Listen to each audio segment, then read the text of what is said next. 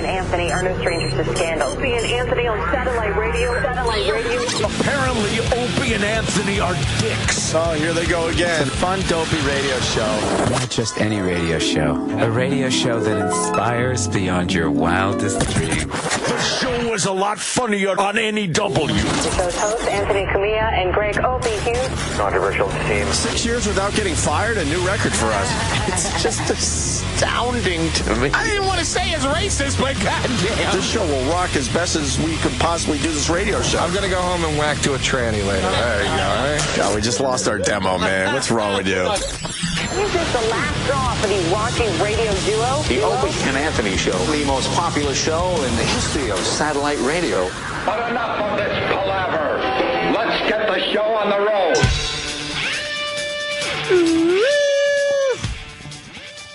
Morning. World Series over. Buddy. Congratulations to the New York Giants. Let's call them the New York Giants back in the old days? because they left New York, 1954 or something? Yeah, something like that. So New York gets another World Series. Congratulations to New York and their Giants. Yes. My team Their finally wins, beloved though. Giants. That's right, Jimmy's team. That's right. What?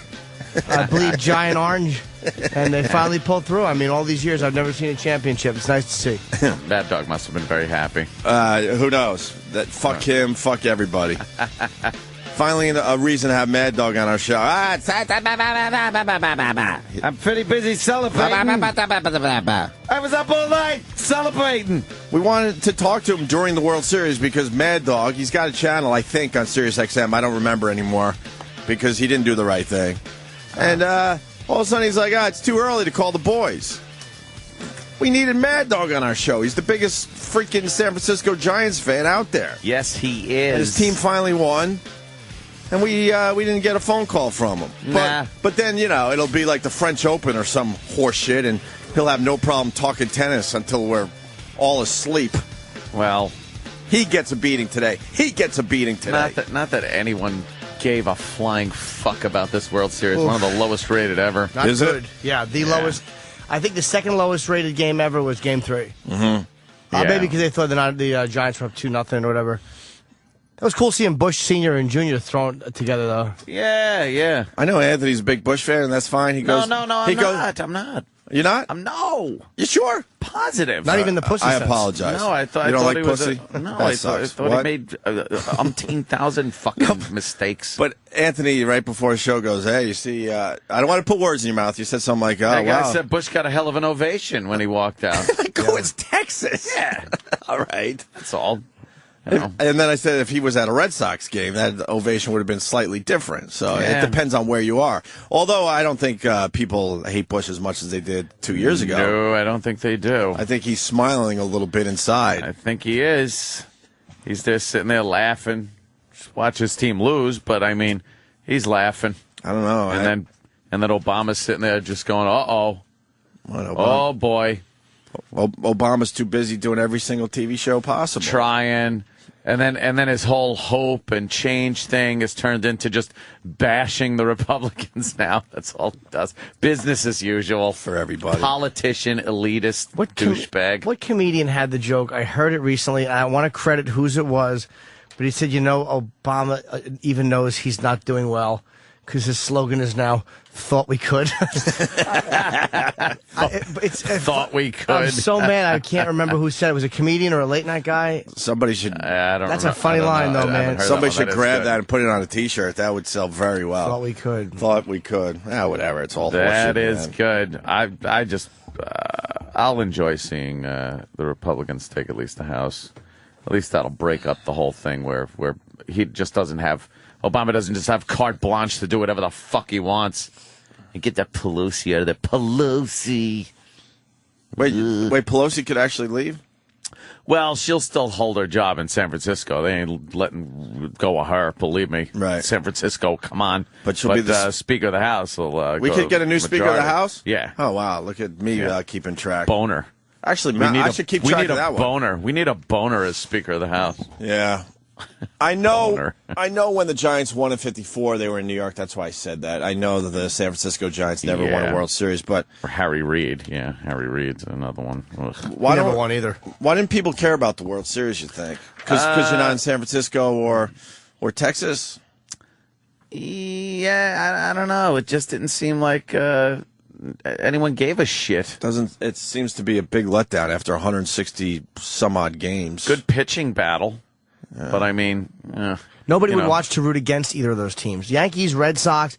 Enough people hate those teams to watch to root. Thank you to watch to root against it. But you know how many people wanted to watch the Giants probably on Long Island and couldn't because of scumbag Cablevision.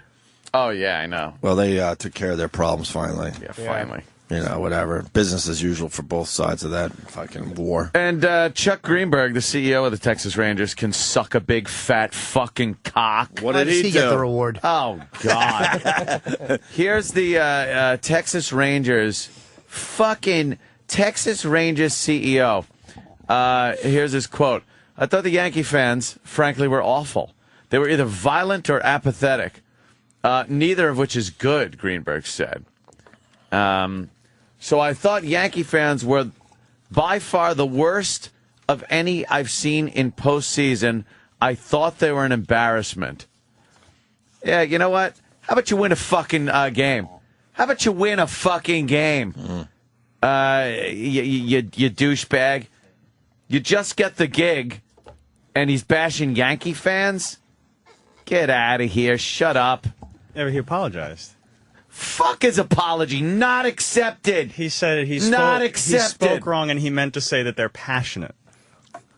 What a lying sack of cunt. Major League Baseball actually called him and made him apologize. Why did he apologize? That was his opinion. Yeah, the apology is stupid. That's even worse than what he said. Major League Baseball should shut the fuck up and let these guys say whatever they want. Yeah, what's wrong with people? I don't care if he doesn't like Yankee fans. Fine, don't cares? like him. I think an hour after it happened, they were spitting on the fucking pitch. I don't blame him for saying that. Good. They were spitting on a pitcher's wife. Oh, if the whole fucking stadium was spitting on her, she'd look like a bukkake video. But you know what I'm saying? It's like, who cares if he said that? Yeah, he should have matter. He should be able to say that without Major League Baseball telling him to, apologize. Get the fuck out of here. Don't bash the fans. Like, alienating those fans. Oh boy. Who cares? It makes that series way more interesting next year. Yeah, that way it makes people want to come out and see the Rangers play because they have a reason to root against them. Of course, and then you want to see horrible behavior next time the Rangers go up there to Yankee Stadium. Yeah, exactly. Which would be great for everybody. It would be great for the sport. How was it losing, motherfucker? At least Yankee fans know what it's like to sit there and watch their team win, you dumb fuck. Not this fuck year, though. him. Well, not this year. But, a few times over the years. Just once in 10. Shut it. Who gets the big Texas Rangers World Series t-shirts? Yeah, Baltimore does so fucking well. No, they don't. Shut up. We're rebuilding. Rebuilding? Yeah. Since when? 13 Jesus years. Christ. 13 years. Exactly. Who gets the big Texas Rangers I don't World know. Series t-shirts? I haven't seen. What part of the world is hurting? Somali Pirates or Haiti? Well, Haiti got him last year. The Haiti? Haiti's still hurting pretty bad. Haiti's the go-to What place? about them Pakistani flood mudslide people? Ooh, that's true. That's pretty big. Where was the last earthquake? Flooding. China. There was something like 2 weeks ago, right? Yeah. Some China, big- but if yeah. China's the one that's printing them, so they could just take them right off the assembly line. And then just take them onto the street. Yeah. They No, don't care. what part of the world is hurting? What part of the world gets the Texas Rangers World Series t-shirts? Gotta be Africa. Africa's World always Series a goddamn champion. mess. Africa somewhere? Yeah, somewhere. Maybe the world's not hurting that much if we can't figure it out. Oh, it's hurting. It's hurting a little bit. Yeah, but like I said, Pakistan's got them floods. Mm-hmm. Haiti is still hurting. Nah, we moved on from Haiti. Nah. We're on to the next big hit. That's what we do in this world. Well, Do anyway. you think Haiti's much better than it was when all these celebrities were doing their telethons? Of course not. No. I can answer my own question, but we have to move on to other stuff Jeff because we got bored Spicoli's with still that. down there, though. He's not down there. Spicoli's He's fake always down there. He loves it. He's fake down there. Loves disaster. God, does he love a disaster. Can't get on a plane fast enough. He loves Play it his for the dumb first face week, down there. and then lets the real fucking professionals deal with the problem. Handle it. So, all right, World Series is over. That's the big headline today. Yeah. Fuck. Quite the pitching duel, but Lee losing another one. Let me say hi to Larry in Ohio. Larry. Hi, guys. Or should I say hello, boys? No. No, just say hi, guys. You sound like an asshole when you say the other thing. Well, sorry. One can't help what one is. I'm just as God made me, sir. Well, America just doesn't care about baseball, really. The NFL was brilliant with their marketing when our Rooney, the original Rooney, the old man, said that football should be played on Sunday afternoons because there's nothing else for the gamblers. But there was literally nothing else in America on Sunday afternoon, and NFL built a fan base on Sunday afternoon that has eclipsed just about every sport in this country now. Well, what's great about the NFL is they don't play a lot of games.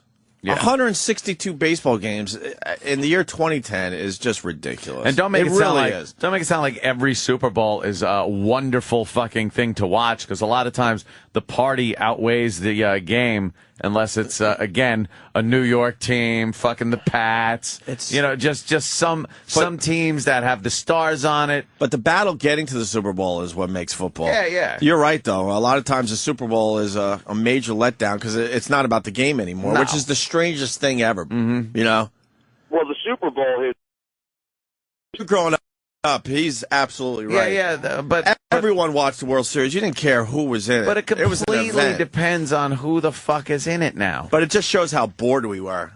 That was before our smartphones. Well, it wasn't boredom. It was all-day baseball. You couldn't escape the World Series. No place you could go, you could escape it. But that's what I'm saying. Like, if you have less entertainment choices, of course you're going to watch the World Series. But now we have so many choices.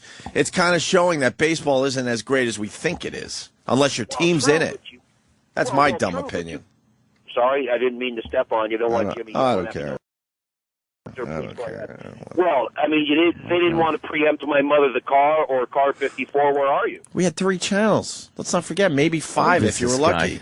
Yeah, how old are you, bro? Jesus Christ. Well, 3 plus maybe an independent if you were lucky. That was the. Are we still talking about this? Thank you, sir. God. Thank you. It's a good time to rally around the channels of Sirius to see if anything interesting's on, or check the traffic if you're on your way in during this caller. That Pearl Jam channel is just amazing. But you're not a big Pearl Jam fan. No. It's fucking amazing. How long do we get the Pearl Jam channel at Sirius XM? I think at least a month. That's it? It's one of those channels? I know that it's at least a month. I don't know how much longer after that. Playing a bunch of Pearl Jam. That's great. Yeah, but then they play some other stuff that I guess the Pearl Jam guys like, which is, music that you don't really hear on the radio. And then it's like 2 concerts a day, 2 full concerts a day. And they're like great quality, too. Yeah, it's ridiculous. It's very good. You got to be a Pearl Jam fan, though. Yeah, I would say you've got to. What channel is it? I don't care. I don't know. That's why I haven't listened to that. I don't think I've ever even passed by the Springsteen channel. Is that still here? Oh, yeah. Oh, yeah, of course it is. Why wouldn't it be? Yeah, the Springsteen channel. It's on in the office all the time now. Hey-oh. I forgot that dumbbell. Hey-oh. Roland loves them. Dopey Springsteen shirts. Oh, I know. I want to throw bleach on Roland's shirts. Throw bleach down his throat. All right. How was the weekend for everybody? The long weekend. Yes, nice long weekend. Everyone was angry with us yesterday. Apparently, they thought we should come in after Halloween. Right. And then they were blaming all kinds of things. But no, we had a scheduled day. What are they blaming? What are they saying? What happened? What do they think? Too big of parties? Or, someone's sick? Feel better? No. Decided, why not take a 3-day weekend for the big Halloween-y weekend? That's right. It's nice. Yeah, it was. It was a nice little break. Had one heck of a shindig at the homestead. Yes, you did. A lot of fun. The amazing karaoke videos from the likes of Pat from Unaki and Big A. Just fantastic. Holy shit! What did Big A sing at one point? Staying Alive? He was singing Staying Alive. Perfect song for him. Yeah, but apparently he could sing. He could talk when he sings, like Mel Tillis. Like he doesn't stutter, right? Yeah, he's able to get the words out. So he should go through life just doing a sing-song thing. Yeah, just singing the whole time. Sing for his breakfast, sing for his whatever he does when he's not doing that. And Uncle Paul was there. Mm-hmm. Oh, my God. Uncle Paul was the hit of the party. As he should be the hit of any party. His horseshoe male pattern baldness that he had cranking. I saw the picture. You went all in, Jimmy, huh? And he went all in. For some reason, he shaved his head into a horseshoe I have male pattern style. baldness. Patent. It wasn't me, by the way. That was my nephew. He dresses up like me and goes to parties. Oh, really? He sounded just like you. Tells everybody he's a child molester. Oh, did you see the pictures with my girlfriend? Oh, yeah. How's that? Wow, Jesus. Want to explain that picture, Uncle Paul? Yeah. There's nothing. It's not dirty. She has her panties on, but Uncle Paul's giving her thighs a little lick. He's licking and kissing a little close to ground the zero. Uncle Paul face. Yeah. And you had suspenders on. Where'd you get those clothes? Were they in your closet or the pants and shirt were? I actually wore that shirt on Leno once. And the suspenders she bought me. It didn't look like that when you're on Leno. That is something. And yeah, Danny went as a great Jamie Heineman from MythBusters. Mm-hmm. It's good. I don't know what with the shirt coming out of your fucking pants, you lunatic. And Mom and Sal showed up. Mm-hmm. It's fantastic. Sal was Dracula. Oh, nice. Perfect. Of course. Perfect. And Mom decided to go as Uma Thurman from Kill Bill. Oh, my God. She's out of her mind. That could be better than Uncle Paul. I hate to say it, but oh my God, she's out of her mind. She's out of her mind. My sister made her wear that. Holy shit, is that great? It's like a wig and a jumpsuit. Bright yellow jumpsuit, of course, if you know the Kill Bill movie. Yeah. Wow. It was and D-Boy, we decided. He just wanted to put a mustache on, but we decided he should have had a Detroit hat on and gone as Tom Selleck and a Hawaiian shirt. Sure. He put Kenny's old cop mustache on. That's all he Magnum did? J.O. What was he supposed to be? He just put a mustache on. He was Evil Derek. Evil Derek. No, Evil's goatee, isn't it? Well, cut the guy some slack. Sal's was great. Yeah, Sal went all out. He certainly did, man. They loved their Halloween, huh? Yes, they do. Donnie, my sister had to make them up, sits them down, makes them up, and it was fun. There's Kenny. Kenny wore one of those, like a Harlequin mask that you wear at those oldie time costume balls. And he walked in, and it was like, "Hi, Kenny." And, of course, his big comeback line was, "How did you know?" Didn't he get there way too early? Oh, he was there really early. But who goes to a party fine. as early as Kenny does? We didn't care. We were all just hanging out, drinking. Right. And then the next day was, dealing with the Captain Morgan and Coke headache a little bit. I went downstairs on the couch in the living room and then had to do calisthenics pretty much. What do you mean? For the whole day. Well, I seem to have a very popular house for the kiddies to knock on the door and ring the bell. So I had to keep, I'd sit on the couch and I'm watching TV like, oh, God, my head hurts. Oh, gee. Ding dong. I got to get up. Trudge to the door. Yeah. At one point, I think I was like, I wish I was on a sex offender list, so they could just. No, you don't. Just stay away from my house. I had to be all cheery. Oh, hi. Really? Hi. Oh, what cute little costumes. Did you give out good candy?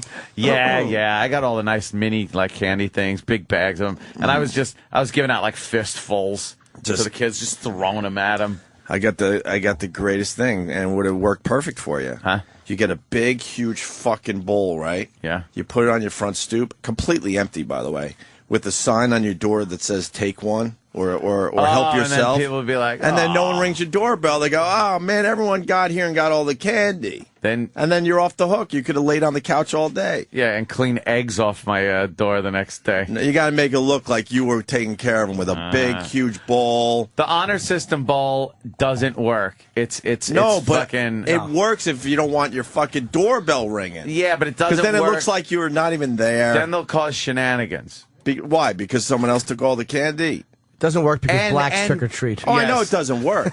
And just because of the whole thing that you're putting a ruse out there that you were using that honor system thing, right, which is the cheapest cheesiest way to get out of Halloween, and kids hate it.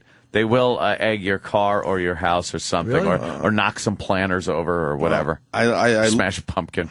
I live in a building, and we went down to Philly, so we did that, the honor system. Well, building's a little safer. And so we put our apartment on the list, and I'm going to, my girl, I'm like, this is stupid. The first guy that comes here is going to just take the whole bowl. Yeah. But she felt like doing the right thing, so we had the note and the big bowl of candy. We didn't leave the empty fucking bowl. Yeah. And sure enough, when we got back from Philly, I mean, it was obviously gone. Sure, the bowl, I'm surprised the bowl was even there. Yeah, exactly. Yeah. I think they took my bike, though, because I left that in the hallway. I got to find my bike now. Yeah, good luck. Yeah, the little kids with their little costumes. In the paper yesterday, it's such hacky shit, but whatever. They went to Cuomo's house in Palladino, I guess, right? Yeah. To see what they were giving out for Halloween. Oh. If we could find that article, these politicians, they're all just duds. Like, Cuomo actually opened the door for the trick-or-treaters. Oh, yeah? But he was dressed kind of like a casual politician. He couldn't even, maybe have a little fucking costume on, knowing the media is going to check this shit out. Yeah, he had a tie. I forgot what they said, like a red tie and a blue shirt or something like that. And he was giving out Laffy Taffy. What's that? It pulls your teeth out of your head. It's one of the worst candies. If you want to do the candy bit, it would be not up even there. Turkish taffy. And then they went to Palladino's house, and Palladino couldn't even be bothered. I guess his wife was the one opening the door. Did he come out in blackface and just start making racist jokes? Oh, there it is. Giving out watermelon candies. Look, that's how these guys don't know how to fucking on Halloween. Look at him. They don't know how to really roll up their sleeves and just kind of, hang out. Well, he's in a red tie and I guess it's a white shirt, right? Don't you think he's got 20 advisors who told him how to dress? That's what I'm saying. Opening that door. He's a douche. So why can't he just be himself and just what do you want to do for fucking Halloween? Why listen to people? Got a 25-point lead. He doesn't want to blow it by putting fangs in his mouth and going. Yeah. You think? Yeah. Yeah, imagine if he had a funny outfit on, like Joel Rifkin, or a fucking Al Qaeda member. Or like an abortion doctor. He's holding a bloody fetus doll. Just something really inappropriate. That offends a lot of people. Yes. Just completely ruins his lead. Yeah. What did he give out? Does it say in the article real fast? Laffy Taffy. Does it say right there? Decor. Laffy Taffy, Butterfinger, Kit Kat, and Three Musketeers.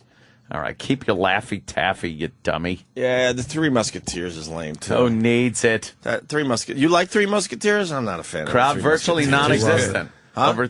Crowd was virtually non-existent over a 2-hour period. One 3-year-old dressed as a witch and one 12-year-old as a vampire wandered by. Well, where does he live, though? He probably doesn't. But he probably doesn't live in a trick-or-treating area where the houses are closer together and stuff. Who wants to walk, a quarter mile in between houses? Greeting. Are you trick-or-treating, he asked, as he tossed 4 pieces of candy into our bucket. He seemed rushed, acknowledged he was in the middle of a campaign meeting. Pressed about his costume, or lack thereof, the Democrat nominee replied stiffly, "No garb." What about Palladino? Let's see his stats. Let's go to the tail of the tape. Who answered the door? Kathy Palladino in jeans. He couldn't be bothered. John Haggerty, a campaign ad to Mr. Palladino in a suit, and Duke, the family dog, with some peanut butter on his tongue and a happy Mrs. Palladino. Yes, who was bleeding from the hips. She invited the visitors into their home. Oh, my God. Look at in Buffalo. It's freezing out. Look at the candy that Palladino gave out. Greeting, biter, Duke. Mr. Haggerty yelled mischievously. Type of candy hanging out. Junior Mints, Dots, Kit Kat, and Tootsie Rolls. If you take Kit Kat out of there, that's the worst combo of candy. Yeah. Tootsie Rolls sucks a dick. Decor minimalist. The only adornment on the front porch was a neglected copy of the Sunday newspaper. That's great. Crowd thin on a street with few young children. So they didn't have trick-or-treaters. No. They're good for them. Fuck them all. Yeah. I didn't either. I just didn't put my door on the list. Cuomo's. That's smart. Yeah. But you got to put your door on a list? Yeah, that's what I otherwise they said. don't knock. Like Fucking. Oh, really? Why? Because that might be creepo. No, you right. If you want to, they just go to the people that are going to have candy. Oh, so you don't disturb everyone in the building. So you don't disturb people of my ilk. Oh, I'm glad they did that. Who are relaxing and creating. Mm-hmm. Yeah, it's true. I should have had a list. That was a list in my neighborhood. They don't like lists. Yeah, it was fun though. I had a good time. Good deal. Good times. I had to shave my head though because like back to normal.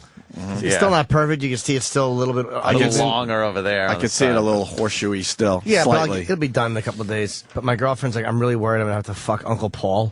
And I made her suck my dick as Uncle Paul. That's so fucking. And she took some pictures of my face, like from dick level. Yeah, go ahead.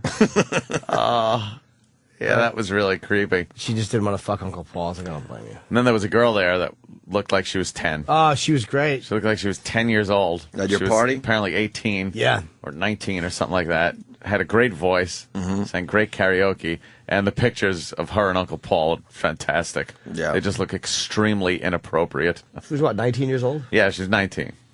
I swear, though, the first thing that was said to her when she walked in was from Pat Fumanaki. He goes, "Are you an adult?" Just trying to help you out. Yeah. Just trying to help you out, Ann.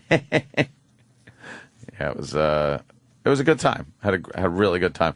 I guess Ange and the work crew, they should get the junk trucks from Hoarders. Oh, really? To get in front of my house because, wow, it was a disaster when I woke up in the morning. Just strewn with all kinds of booze glasses, half empty, and chipsy dipsy, and food and donuts all over the place. Yeah. It's great. And my girl cleaned up upstairs a little bit. And then I went down into the basement at one point and just, it reeked like a garbage dump down there. Still food down there. I was like, have fun. Have fun. Yeah, this girl looked like she was 10. How long did the party go for? Oh. Was it a 2-dayer? 3:30, 4-ish. Oh, that's not bad. Something like that. Well, she was still there in the morning. Yeah. Yeah, I don't know. I was sleeping. I don't know. I don't know. With a boyfriend. I could never let things go on in my house I didn't know about. Really? Fuck, dude, no. Yeah, there's enough people there watching this. No, tonight. I just don't want people touching my shit. Yeah, I don't have much shit to touch. Valuables were kept in the bedroom, which was known that it was off limits. I had a big screen with all the security cameras on it for everyone to see. No more shenanigans at my house. There you go. Yeah, it was fun, though. Yes, it was. Man, I had the complete opposite of Halloween. Really? Yeah, I had the basic walking around the neighborhood in a costume Halloween. You were out trick-or-treating? With it was the kid's first Halloween. You have to do something, even though he's never going to remember it. Nah, you got to carry the kid around, right? We'll show him the picture someday. And it's like, what'd you dress the little tyke up as? Well, that's the big reveal. First costume in 25 years for me. What, for you? 25 years. I haven't worn a costume. Yeah. Can we guess what you dressed up as? Yeah, go ahead. Can you give me a hint, though? Because I can't. I became the hit of the entire neighborhood. What neighborhood? And I didn't know. What neighborhood? In Philly. A black guy who was beaten up? What were they like in Philly? There it is. The guesses are coming in that you dressed as a mudda-hucker. A mudda-hucker, yes. I did. You had some cannibal wear on? Yes. That's why we took yesterday off, by the way. The bruising had to heal. Yeah, that was a little much. That's why we took yesterday off. They don't forget anything. Oh, is that great? I almost forgot about that. Oh, I totally forgot about it. I'll never will again. Well, I will. Yeah. See, I gotta find a picture where the kid's not in the picture, and then I'll send it out there to everybody. I'm embarrassed. I don't just even... cube out the face like some kind of crime. Yeah, photo. that's what I'll do. But oh no, you didn't. I went to Scooby-Doo. And the kid was Oh God! Look at this. And the kid was the little Doo. Is Scrappy Doo? Yes, of course. You went as Scooby and Scrappy Doo. The kid is very cute.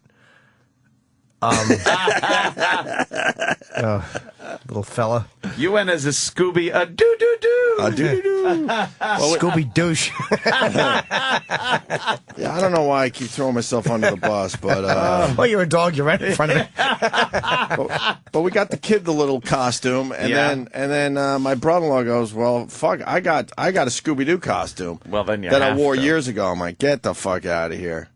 So then I'm walking around the neighborhood thinking nothing of it because there's other people looking like dicks in their costumes. I'm not going to sit here and make believe it, like, it was cool or anything.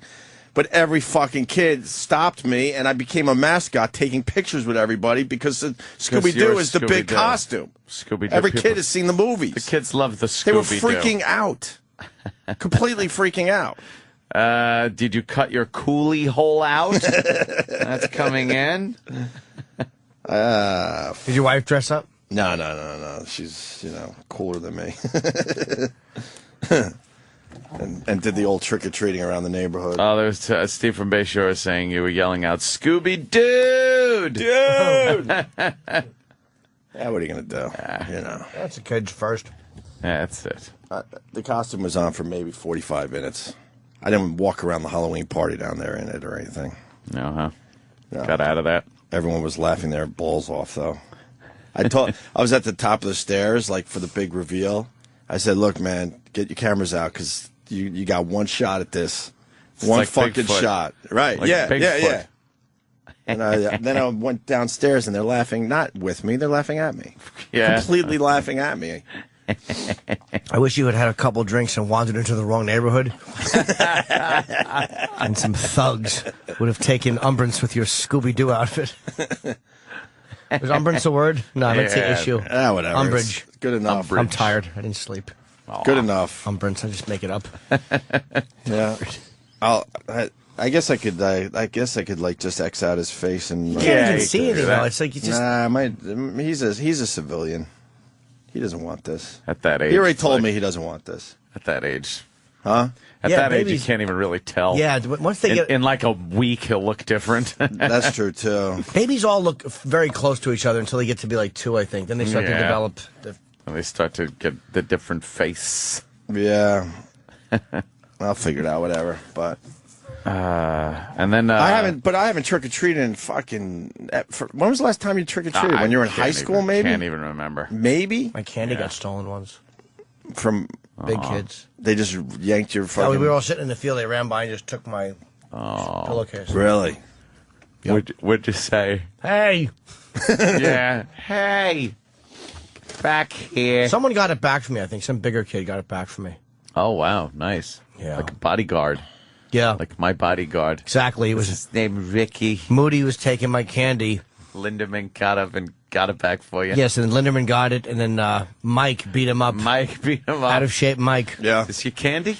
Yeah. Is your candy? You're really beginning to annoy me, Lindemann. It's Moody's candy now. Moody. Hated them. Me too. I hate the little kid. I know. My John, my lunch is in the John. He was the worst. Awful voice. Terrible movie. Kristen Makepeace. Okay, what happened to him? I finally saw Human Centipede over the weekend. Wow. Wasn't it called Splice? Human Centipede. Nah, there's a different movie. There is a movie called Splice. It's a different movie, though. Which one was Human Centipede? That's where people get sewed together, mouth to asshole. Yeah. Wasn't that Splice? No. No. That was Then Human what the fuck was Centipede. Splice? Some different. Some genetic thing, I think. Yeah, Okay, more I'm- genetic than DNA just or some shit. literally just slapping people together and sewing their cut open mouth and cheeks to the assholes, to the sphincter and butt cheeks of the other person that's in front of you. Was it supposed to be a legitimate horror movie, or were they going for the goof? I was laughing, but I it was horrible enough where it was a horror movie. Right. Who's the lucky guy? Did they have to fight it out for who got to go first? That's the lucky guy. Well, the girl that tried to escape sealed her fate as being middle girl, and then her friend was at the end.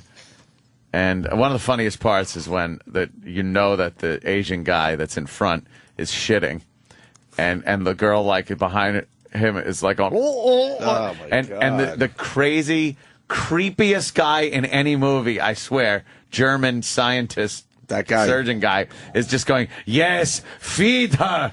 Oh, my God. Swallow it, you bitch. I found the movie to not be very good, but it was disturbing on a whole different level. Not because of what was going on in the movie, just because the movie really boils down to about 90 minutes of muffled crying. Yes. And it never ends. They're all just constantly crying. And then, like, when the movie's over, you go, why do I feel like depressed? Like, you feel terrible when the movie's over. Not because of the content, just because of just all the subliminal crying. It's just awful. Crying and eating shit. Except for the first guy who's got a massive heart-on shitting into the girl's mouth. Yeah, the first guy got off easy, right? Did he? The last he has to girl, do his shit, that's all. Yeah. The last girl's lucky, though. At least she has fucking a nice girl shit in her mouth. That middle girl really gets the fucking bad end of the stick. Some Asian shit in her mouth. Oh, she's an Asian guy shit in her mouth. Friend's head is up her ass. What a weird movie. How'd they breathe? Where was their nose? Yeah, their nose was fine. It was just above. Just their mouth? They breathe out out of their nose. Were they hoping to do good numbers with this movie? I don't know. It's becoming a little cult hit, though, I'll tell you. You liked it? Yeah, I thought it was funny. It's funny as fuck. Was it supposed to be funny? Was it supposed to be kind of campy or not? Well, I don't know. I think it was a little bit. He was so over-the-top creepy that, and he was saying a few things that were pretty, oddly funny. Right. That, and then, of course, Walking Dead on A&E, the new zombie show. I liked it. I give it a thumbs up. I liked it. I watched it. I liked the establishing shot was fantastic when you get a guy that just blasts a little girl square in the forehead with a fucking .38. Well, the only thing I took issue with was the fact that almost the entire show was like made up of homage shots of previous horror movies that I've seen before. Yeah, that's true. And I gave it a 28 pass. days later. Yeah, I gave it a pass. I was like, look, they're establishing everything. They just want to hook you in. So I'll give it a few more episodes. But I mean, I've seen that shot before. I've seen that scene before, and like I felt myself picking it apart a little bit too much. Yeah, but you're a zombie aficionado also. I guess. And I think they did have to do some character development there. And the zombie makeup was great, I think. Yes, I thought it was fantastic. And the shooting is great. Like, they don't hold back. There's heads being blown off, which is great. I'm definitely in. I set my DVR, which I never do for any show. Yeah, no, I got my series manager going on. Yeah, I got that one. I'll give it a whirl. Yeah, got to give it a chance. That was good. There was one more thing I watched that I thought was pretty good, but geez, I can't remember. Another Hoarders episodes are always on, so love those. But yeah, just a fun-filled little weekend of partying and then watching a lot of television. Nice. Yeah. All right, we should take a break because we got a bunch of things before Jeff Dunham comes in here. Oh. He's bringing one of his puppets, too. Book or something. Yeah, he's got a book called All By Myself. Man, this guy sells a tremendous amount of tickets. Yeah. Yeah, they love him out there, Jeff man. is massive. I've never met him. They fucking love him. So he'll be in here in a little bit. But after the break, I want to talk about Ron Howard is the greatest guy in Hollywood right now, man. Yeah? You heard about the Ron Howard thing? Yeah, I heard about it. Didn't hear it. He had one of the best statements ever as far as entertainment goes. We'll tell you what it was after the break. Also, Randy Quaid on Good Morning America with his girlfriend or wife or whatever she is. He's lost his mind. Is amazing fucking TV. Randy Quaid. Wait to hear what he was saying. He really is crazy. So we'll do that after the break as well. But first, this. On the ice roads of Alaska. Oh, hey, man, thank you so much for picking me up. Someone is playing a deadly game. I gotta tell you, man, most people wouldn't have stopped for a stranger. The good Lord puts different things in one's path every day. What? There's always things happening around me ever since I was young. Not good things, you know. This Halloween. Hey, what are you doing? Oh, I'm scared. I'm scared of the dark, too, but I go out there. Prepare for the thrill ride of a lifetime. 40,000 Americans a year die on the highways of America. The Trucker. I'm the funniest guy I know. Opie and Anthony Show on the Virus, Sirius XM.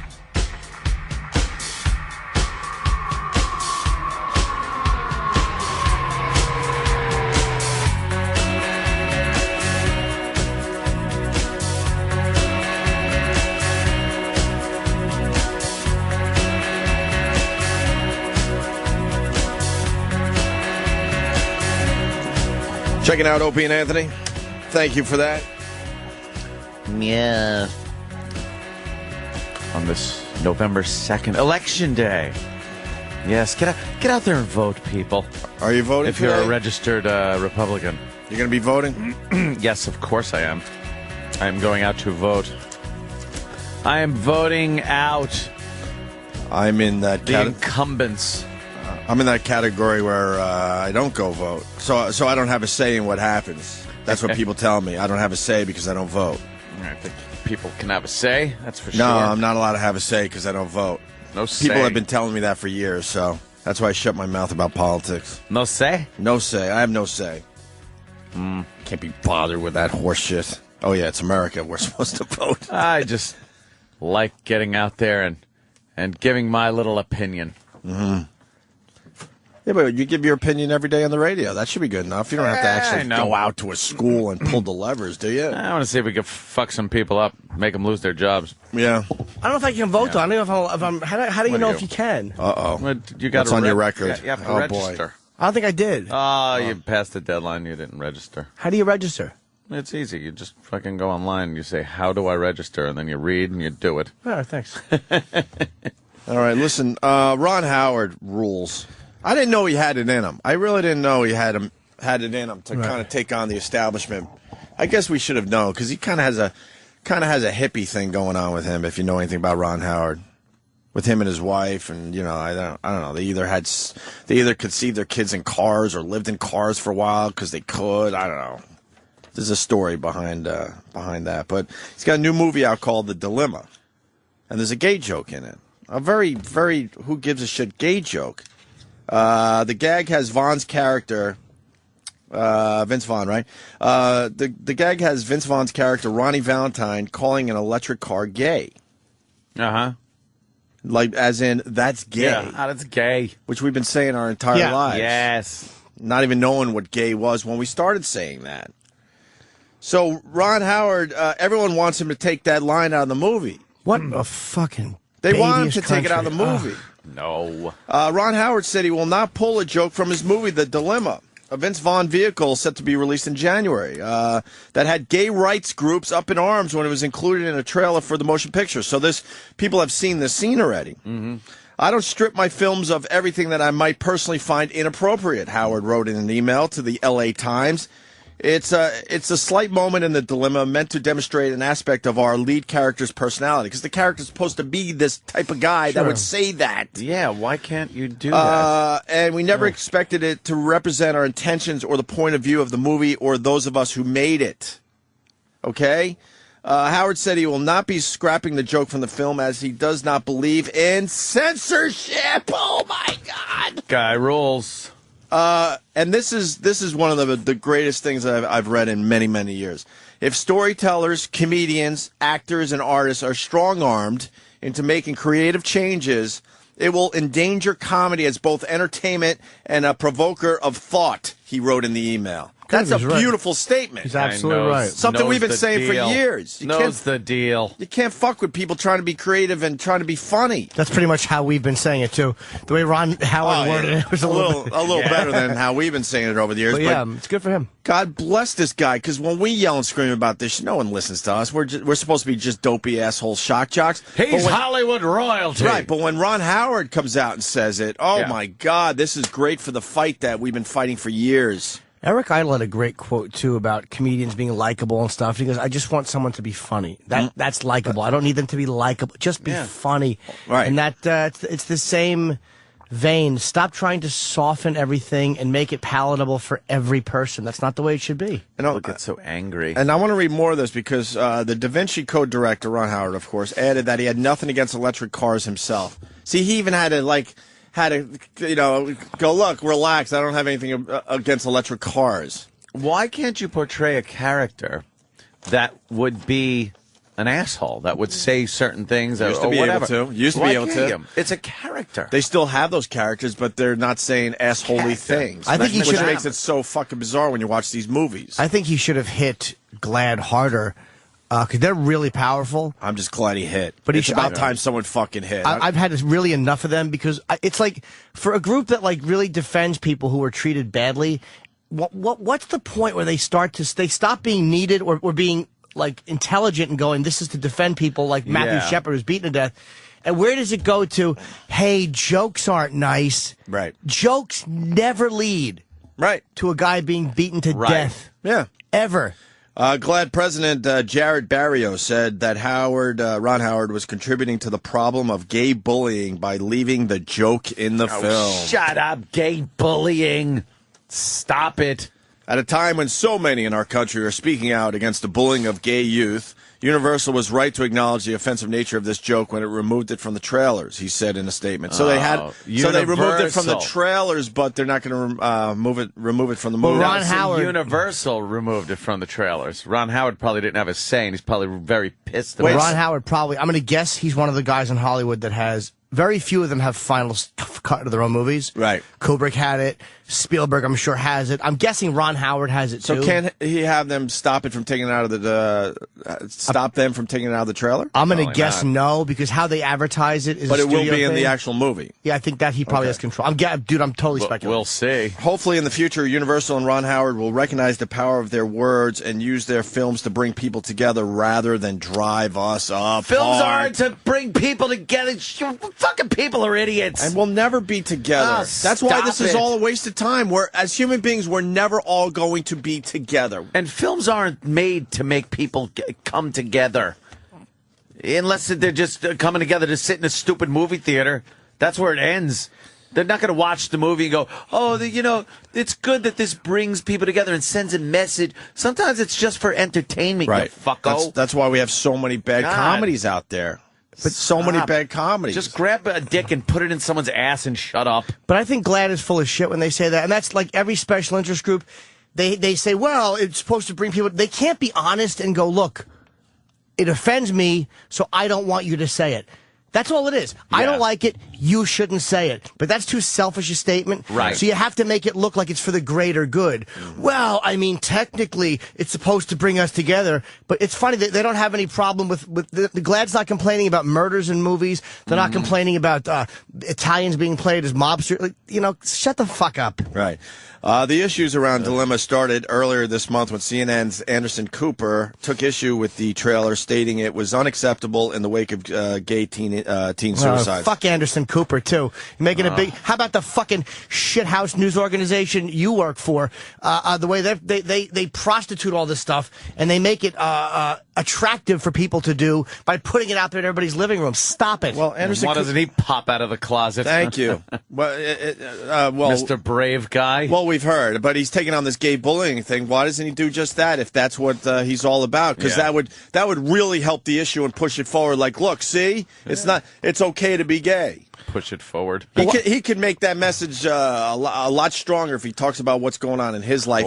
If that's true. But why is he sticking his fucking face in what a comedy is doing? Oh, I thought you were going to say something else. No, I understand why he'd stick his face there. Who wouldn't? But really, what do you get? You're a news guy. You're covering the war, and you're worried about what they're doing. If you really equate teen bullying to a guy saying an electric car is gay, yeah. I think that's the line, pretty much. It's a common speak thing. It's like one of those things in our language. It's like saying something's a black comedy. Oh, it was a black comedy. We're not going to be able to say that because that's too much of a negative stereotype with black. Stop it. Oh, watch it. Yeah, I mean, growing up, you would say to your friend, don't be gay or stop being a fag. Yeah. But it didn't mean you were going to go out and beat the shit out of a gay person. No, you were just that's a big step between saying that and actually being a lunatic and a psychopath and doing just that. If he wouldn't go out or wouldn't drive you to the liquor store or whatever, he was being gay. Right. Don't be gay. No, that contributes to the cult. See, it contributes to the overall cultural view of it being acceptable to be negative and to reinforce negativity. That's the garbage they say. To tell you the truth, I think what they do, as far as censorship and being general nudges and pain in the asses, do a lot more to hurt your cause than somebody calling something gay. And this is why GLAAD's annoying, too.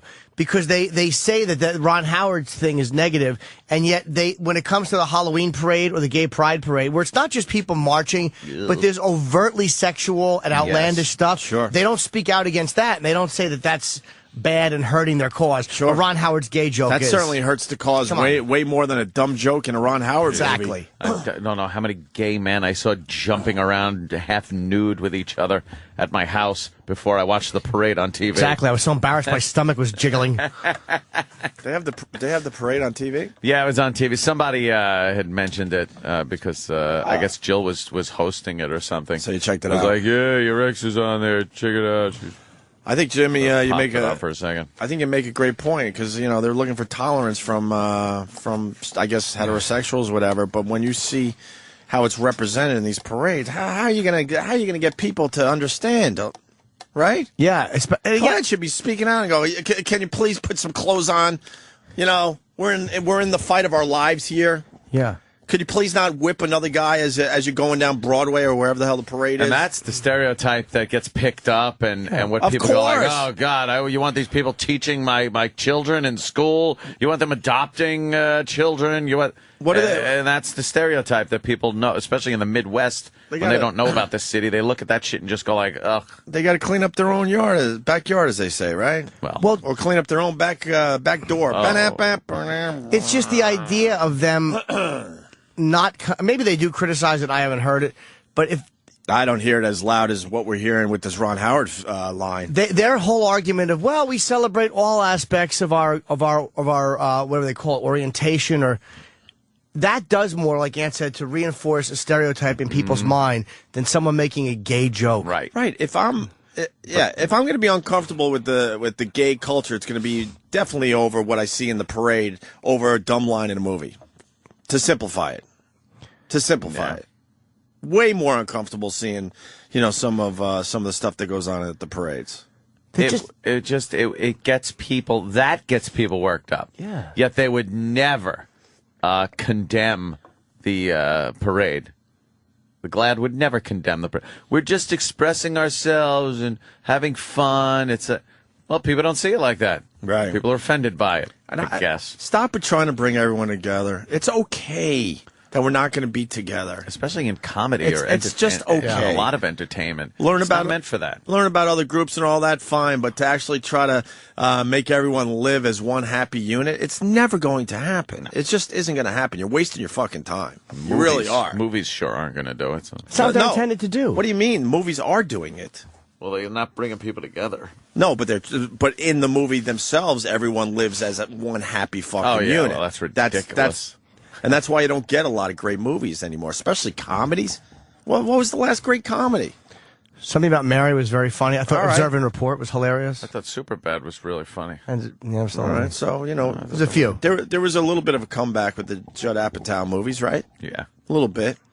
But there's comedies being released almost every week. We're not talking about the latest comedy we saw. We're just not talking about it anymore. Oh, my God, they're awful. Yeah, what movie were we talking about the other day, and we couldn't believe the language? We were playing a clip or something. Back to the Future. Oh, Back to the Future, Beat sure. It, Spook. Right. Yeah, you're not going to get that nowadays. Yeah, he just says shit quite a few times, son of a bitch. Right. Fucking date rape scenes. Right. It's a lot of shit going on. Right. Just to make people laugh. That's it. Yeah, people are laughing. That's it. We're not looking for dumb messages because the filmmaker had some rape stuff in a movie. And one of the problems is the way people have responded. They've responded too softly. Like, they're too hey, look, no, we don't.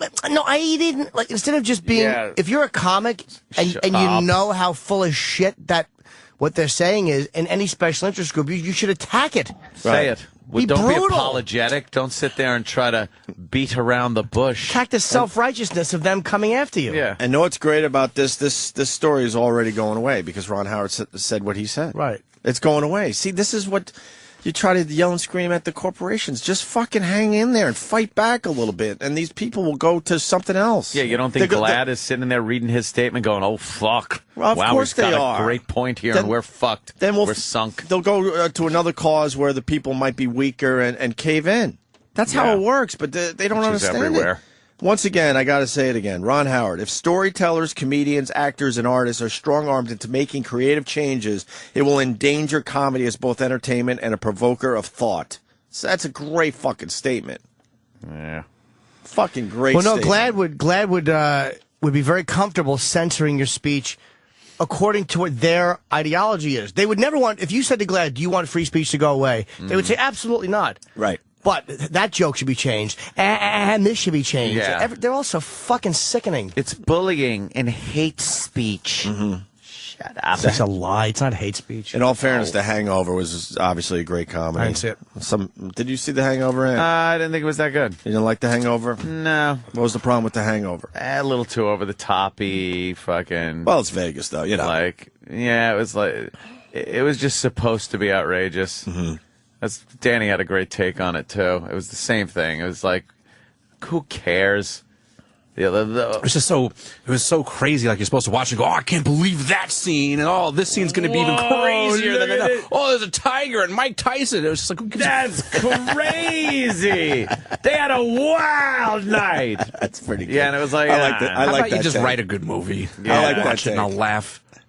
Observe and Rapport was a movie no one saw, which was a great comedy. I loved it. Jimmy loved it. Funny as fuck, it was the real mall cop. How mall cop should have been made. Didn't Ray Liotta just go, I hate your fucking guts? Yeah. Didn't he scream at him? Oh, yeah. When he finally explodes, it was terrific. I highly recommend it if you haven't seen that movie. Check it out and then call the show. And if you don't agree, that's fine. But I loved that fucking movie. And Role Models. Anyone see Role Models? No. With Sean William Scott. Did not see that one. Check out Role Models and tell me what you think. I thought that movie was hilarious. It's one of those movies that grows on you too. So that's the Ron Howard thing. Ron Howard thing. My namesake. Ah, yes. Well, that's why Opie, because I looked like fucking Ron Howard when he was a little kid. When he was fishing. And now he looks like my uncle or something. It's creepy, actually.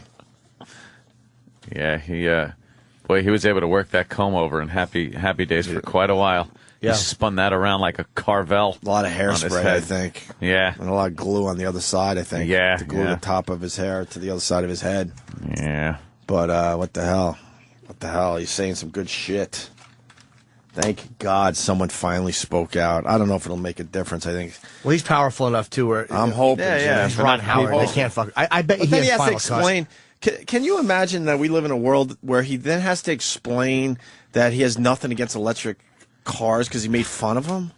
That's the world we live in. Yeah, because the gay electric car people get mad. Because they were mad too, so we had to explain. I don't have anything against electric cars. It's a character in a movie, not me. Right. See, that's how it works. Right. I hope they remake Blazing Saddles to see what this fucking world has become. Yeah, see a watered down version of Blazing See Saddles. how that works. You think they can make that film? Well, if they made the sheriff a white guy, then they could goof on him all they want. Sure. Yeah. Speaking of... So they'd have to do that. You know, God bless Nick DiPaolo, because he was the first to say it, and we certainly have, continue saying it about the white guy being just humiliated in commercials and stuff. Yeah. Did you see the new commercial for Progressive Insurance with Flo? Yeah. Where the guy's wearing a purse? He's now wearing a purse. Have you seen this? Yeah. Can you get that really fast, Danny? I don't know if it's online. Where, they come in for insurance and the... Emasculated and the wife guy is there to take care of the car insurance. Yeah, he's just... And the white dumpy guy, they get a white dumpy guy, just is standing next to her. And he's got a purse on. Yeah. But they call it in English, whatever. It's a European fucking thing. Something. And then he has to say, well, my wife bought this for me. And then he looks over at her it's a European carry-on. Yeah. European carry-on. If this doesn't push the point big time that Nick told us about first. Emasculated white guys all over TV. But this one, really, now we're going to just have guys wearing purses on TV? White guys? Is this it? Yeah. May I help you? Yes, we're looking to save on car insurance, even if that means we have to shop all day, right, honey? Yep, all day. Good thing you're starting here. We compare your Progressive direct rate to other top companies, so you can save money. Look, you saved a lot. And quick, too. And no more holding her purse. It's a European shoulder bag. It was a gift. Shopping less and saving more. Yeah, his balls are in there. See, his fucking balls are in there. It annoys me, but part of it's so over the top and so in that direction now. Only the people who are doing well would allow that beating on themselves. Yeah. Meaning, you could never do it to women because they still feel like victims. You can't do it to blacks or Mexicans or anybody because they feel like victims. White guys don't feel like victims. Meaning, that's why we're like, hey, go ahead, make fun of me. I don't give a fuck. Honestly, in the end, I don't even really give a shit, but... It's just another example. But there's so many of these enough already. Like, go in another direction with the commercials. Try to figure something new out because we get it. White guy sucks and white guy is all frumpy and wears fucking purses. It's all white self-flagellation. That's all it is. I love the fact that you cannot find a black guy in a commercial now that isn't wearing a suit and tie and coming home from the office to his wonderful family and kids and getting into some intelligent conversation with his wife. Like, hey, I'm sure that exists. You know, I'm sure that exists. Hey, I'm sure it exists. It does exist. But I mean, they are way over the top with trying not to get black people upset by the way they're portrayed on television. It is simply, it's almost like if you're doing a commercial and you're desperately afraid that the way you really feel about people is going to come out. So you just go the other way. That's why they all make it all white people, because they're so afraid that if they make a black criminal in the burglar alarm commercial, that the fact that they really think that fucking blacks, they're criminals, will become apparent. If they make the black the bungling idiot, they're afraid the fact that they really think blacks are bungling, incompetent idiots will be apparent. So like, we can't do that. Make him the smart guy. That's what they like. They like to be seen as smart. It's nonsense. And then, oh god, there was an Olive Garden commercial. I was just like, yay! It was, it was like my nightmare. This girl is like, I'm finally introducing my boyfriend to all my friends. So we decided to go to Olive Garden.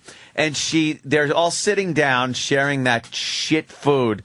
And they pan around the table, and it's a fucking Benetton ad. There's this chick, and then there's the Asian girl, and the black guy. And it's just a smorgasbord of culture all across. And then she goes, I think they liked him.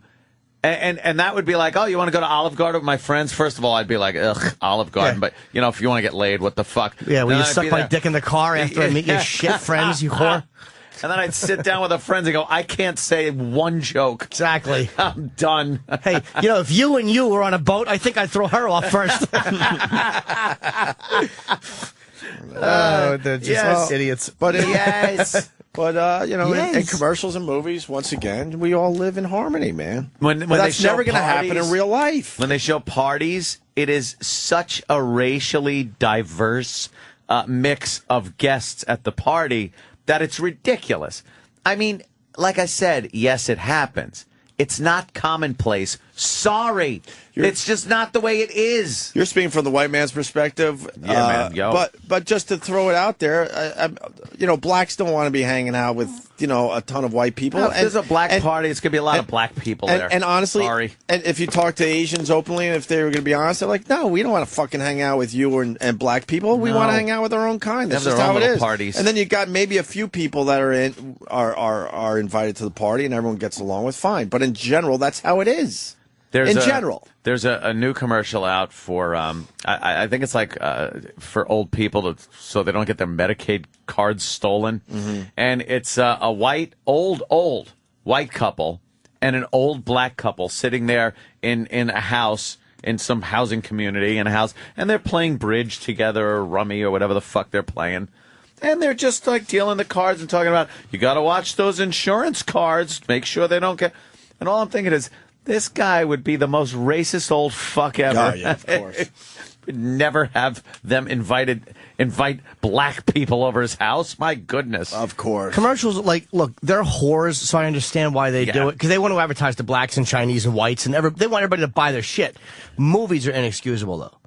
Yeah. Like, when movies are, I mean, I guess they want everybody to like it, but it's just... I'm not, you know, believe me, I'm not boycotting. I could give a flying fuck in reality. But the thing is, it's just so phony. It's the phoniness of it that gets me. Right. Not the fact. And I understand their motives, and they're so phony. That's true. I'm explaining that to a smart guy. I'm sorry. Oh, no, Yeemy. You can't force people to get along.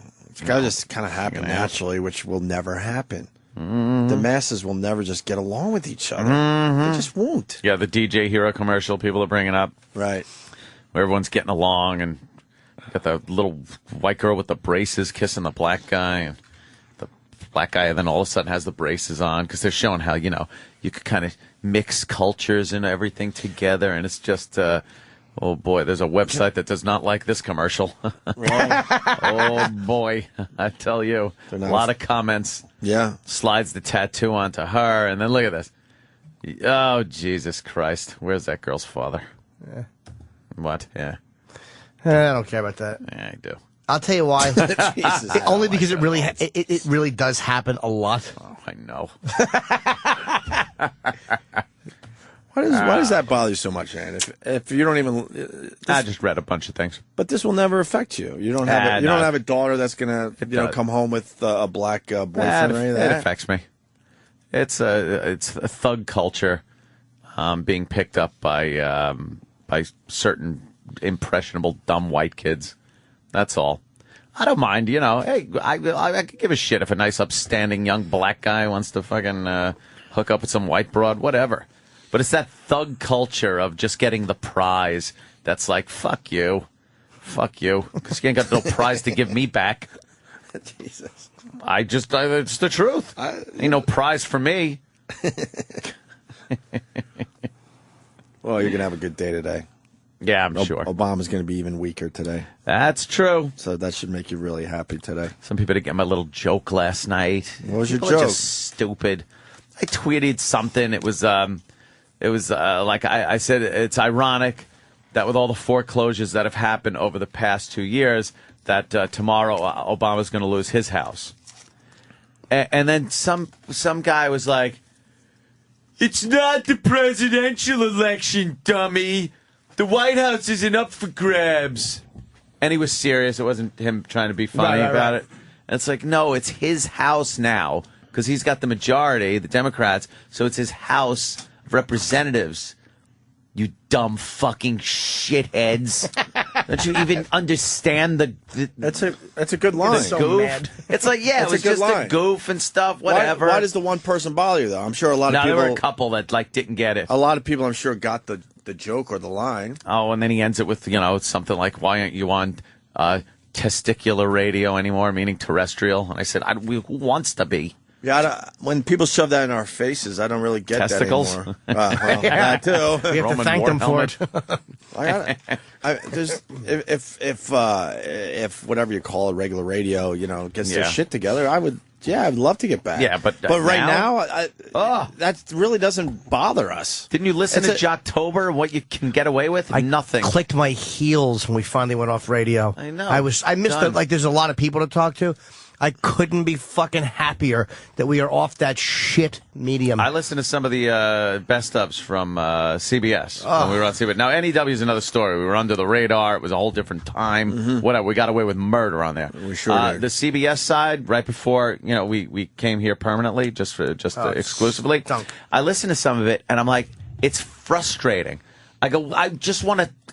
I'm listening, going, why can't I just say dick? Or fucking, something. That was awful. Twat. Not even that. Ass. There was other stuff that we should have been able to say we weren't allowed to say. Yeah. Whatever. The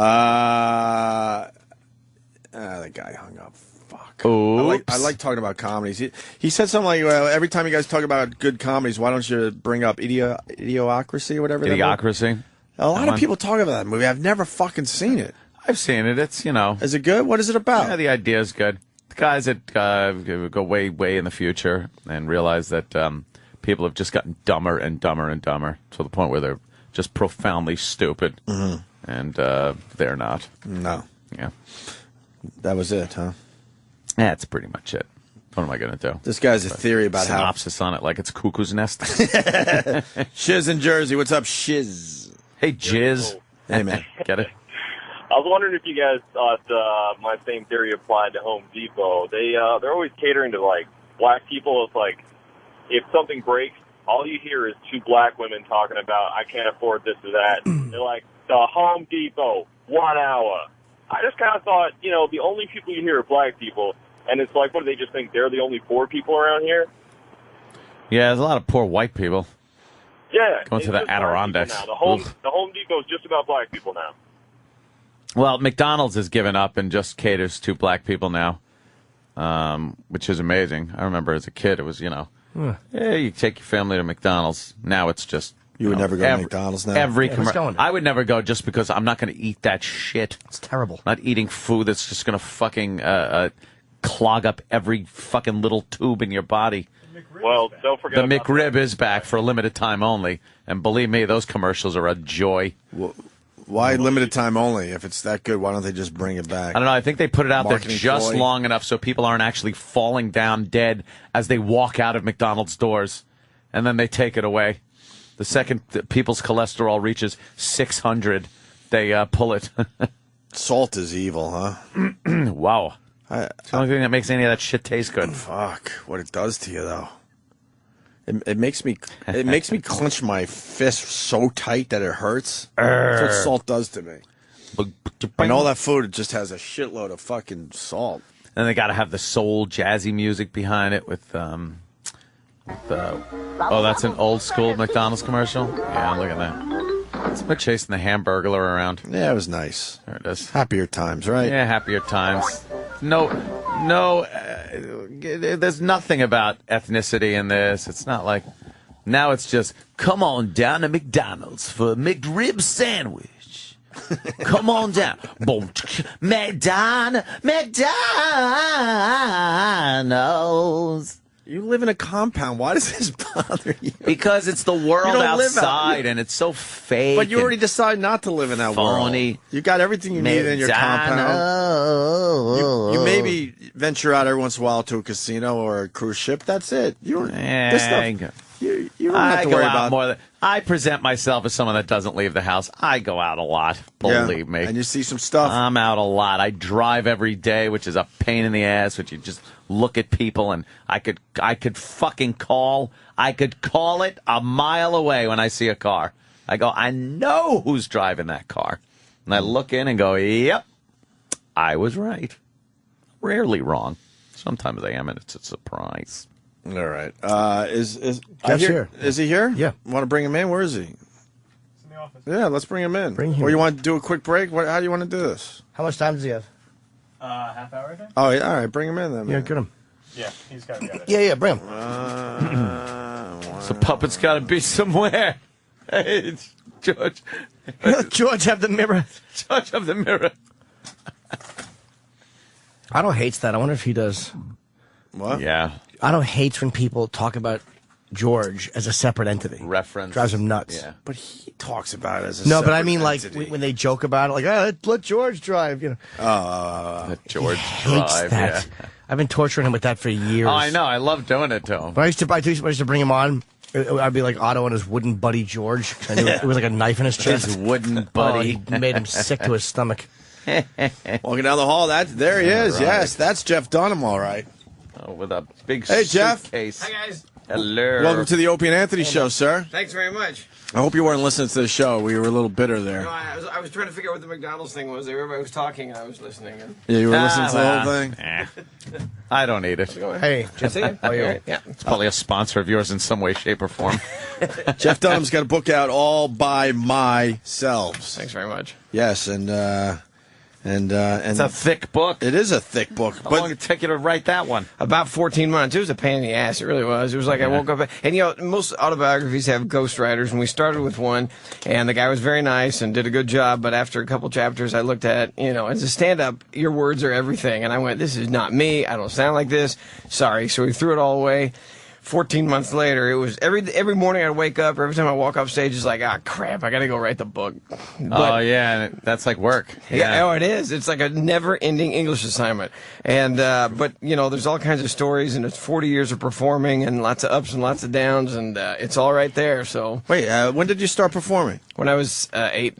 Yeah, okay. Because when you said 40 years, I'm like, we're not looking at a 60-year-old man here. There's pictures in here that are cool though, man. It's like from like the late '70s interviews from like 1976, 1975. Yeah, but wait, don't say anything yet. Don't hit the punchline. It shows me sitting on the couch with me. Yeah, exactly. Oh my God! Don't say the punchline yet. It shows me on the couch. I'm 14 years old, sitting on the couch at my parents' house, dummy on my knee. It's a 1976. It's a film camera. That's how old it was, because videotape was only being used in sports and news at that time. And the reporter is a long-haired Bill O'Reilly.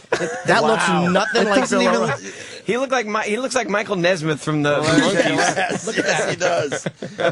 I can't believe that's Bill O'Reilly. Right. It's a side shot, so you don't really get a good But look that at his picture, face. But that picture and the accompanying film that took me 14 years to finally get. Are you kidding me? Yeah, it took me 14 years to get it. Why was it so hard to get? It was just because it was the ABC affiliate in Dallas. They what had a hippie. Right, exactly.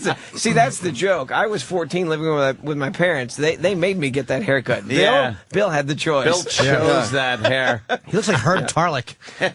But it took me 14 years to get it because they'd archived, it was the ABC affiliate, and they'd archived all the films. Nobody had organized it. But you're Jeff Dunham. Huh? But you're Jeff Dunham. That was how we got it. Finally, somebody went, okay. And we literally had to pay a guy to sit there and go through hours and hours of film. And the way he said, can you narrow it down to when it was? My parents couldn't remember. And I'm looking at the picture and I went, wait a minute. There's azaleas in the flower pot on the table. And I said, Mom, did you ever have fake flowers? And she goes, no. And I knew it because azaleas only grow for like a month in Dallas. So I narrowed it down to a CSI? month. That's how Columbo solves murders. Columbo. Is Peter Falk still alive? I don't think so. If he is, he shouldn't be. I gotta rub it into Jimmy a little bit. So you got a lot of great pictures. He has good photos, man. I'm sure the book is good too. But I mean, we all go to the pictures first, right? The pictures, right? Jimmy, how jealous are you of some of these pictures he's got? He's got George Burns. Yeah, he's Bob got some Hope. great ones. My favorite, the one I would want the most if I had any of them. Johnny Carson? Would be Carson, yeah. Because I never met Carson. Wow. Yeah, that was a cool night. That was the first time I was on. I was on with them 4 times. They repeated one of them, so I usually say 5, but it was 4. Yeah. So, that was a Friday. Friday night was the time with Carson. Now it's Thursday night is the best night. But Friday night, that was his night. It was the best audience. And that night, it was Bob Hope, B.B. King, and me. Jesus. And it was that was awesome. And I look back at the tape now, and I just kind of cringe because, that was a long time ago. But then that was an awesome night. And I did my little bit with Peanut and jalapeno on a stick on stand-up. And, you never go to the couch on your first time. And Freddie DeCordova, the producer, had said, just put Walter behind the couch just in case. And he goes, there's no way he'll get over here on the first time, but just in case. And I finished my stand-up, got ready to walk backstage, and the guy waves me over to the couch. And if I watch the tape, I can see this instant of horror in my eyes of what the hell? I remember I heard Letterman saying, talking to Carson your first time on is like talking to the guy on the $5 bill. You've seen him your whole life, but what the hell are you going to ask or say to him? Right. How much time did you have on panel, though, the first time? Well, I don't remember. I just kind of fumbled around a little bit, but then I pulled Walter out, and then I had all these lines in my head, and it was like, do you know who this is? Yeah, it's my wife's first husband. And, and he starts looking at Ed, stop sending me all your damn mail. Don't you have some envelopes to lick? Those kind of things. Oh, right on, bro. Yeah, but at the end, though, Carson goes, he thanked everybody. Jeff, thanks for coming. Hope you can come back soon. And Walter goes, yeah, well, it'll be a cold day in hell before you get me back here. So, and luckily, Carson laughed. Wow. So. Yeah, that would have sucked if it ended on a complete zilch. Yeah, and there are a couple comics you hear about that just completely died, and Carson would be angry, and you never came back. On the couch died? Both. Oh yeah, both, and you never got back. Well, can you name one of those guys? Yeah. No, I don't want to. All right, that's fine. Hey, did Bob Hope talk to you, or you just get the picture? There's a couple stories in there. I actually I won a collegiate talent show, and that's how I got really started in big show business. And the woman that set all this up kept pairing me with Bob Hope around the country because he would always do these parents' weekends at universities. And so I was the opening act in a bunch of different Bob ones. Hope. Yeah. Well, here's a couple of the stories. My favorite one was before a show one night. He goes, he came up to me, he goes, so what are you doing after the show? And I said, well, I'm going back to the hotel. And he goes, well, and this was when I lived in California. He goes, why don't you get on the plane with me and Dolores and fly back to Burbank? And I'm like, Bob Hope's private plane. Okay, I'm there. And so I literally, in the middle of the night, I'm sitting there going, how the hell did this happen? And if I said it once, I said it 10 times. No, Mrs. Hope, I don't know how to play canasta. Oh, she kept offering to play cards with you? Yeah, she wanted to play cards. I was like, I have no idea how to play that. What do you say to Bob Hope for all that time? I mean, he's a legend, but I would have nothing to say to him. Well, the sad part was he couldn't hear and he couldn't see. And he refused to ever wear glasses or hearing aids. So, you had to yell at him in simple sentences. And the funniest part was I did a young comedian's NBC special with him, and literally the cue cards were, the camera was a foot from his face, and the cue cards were right there, and the lettering was as big as Montana. Right in front of his face. Yeah, right in front of his face. We got to back up. You were warming up for Bob Hope. Right. When he was in that condition, was he still killing on stage? It was the same thing with George Burns. There's a story in there about George Burns when I was working with him, and it was like, same kind of deal. George was worse, though. You see this tottering little old man come out of this limo, and I'm like, what debt does he have to pay?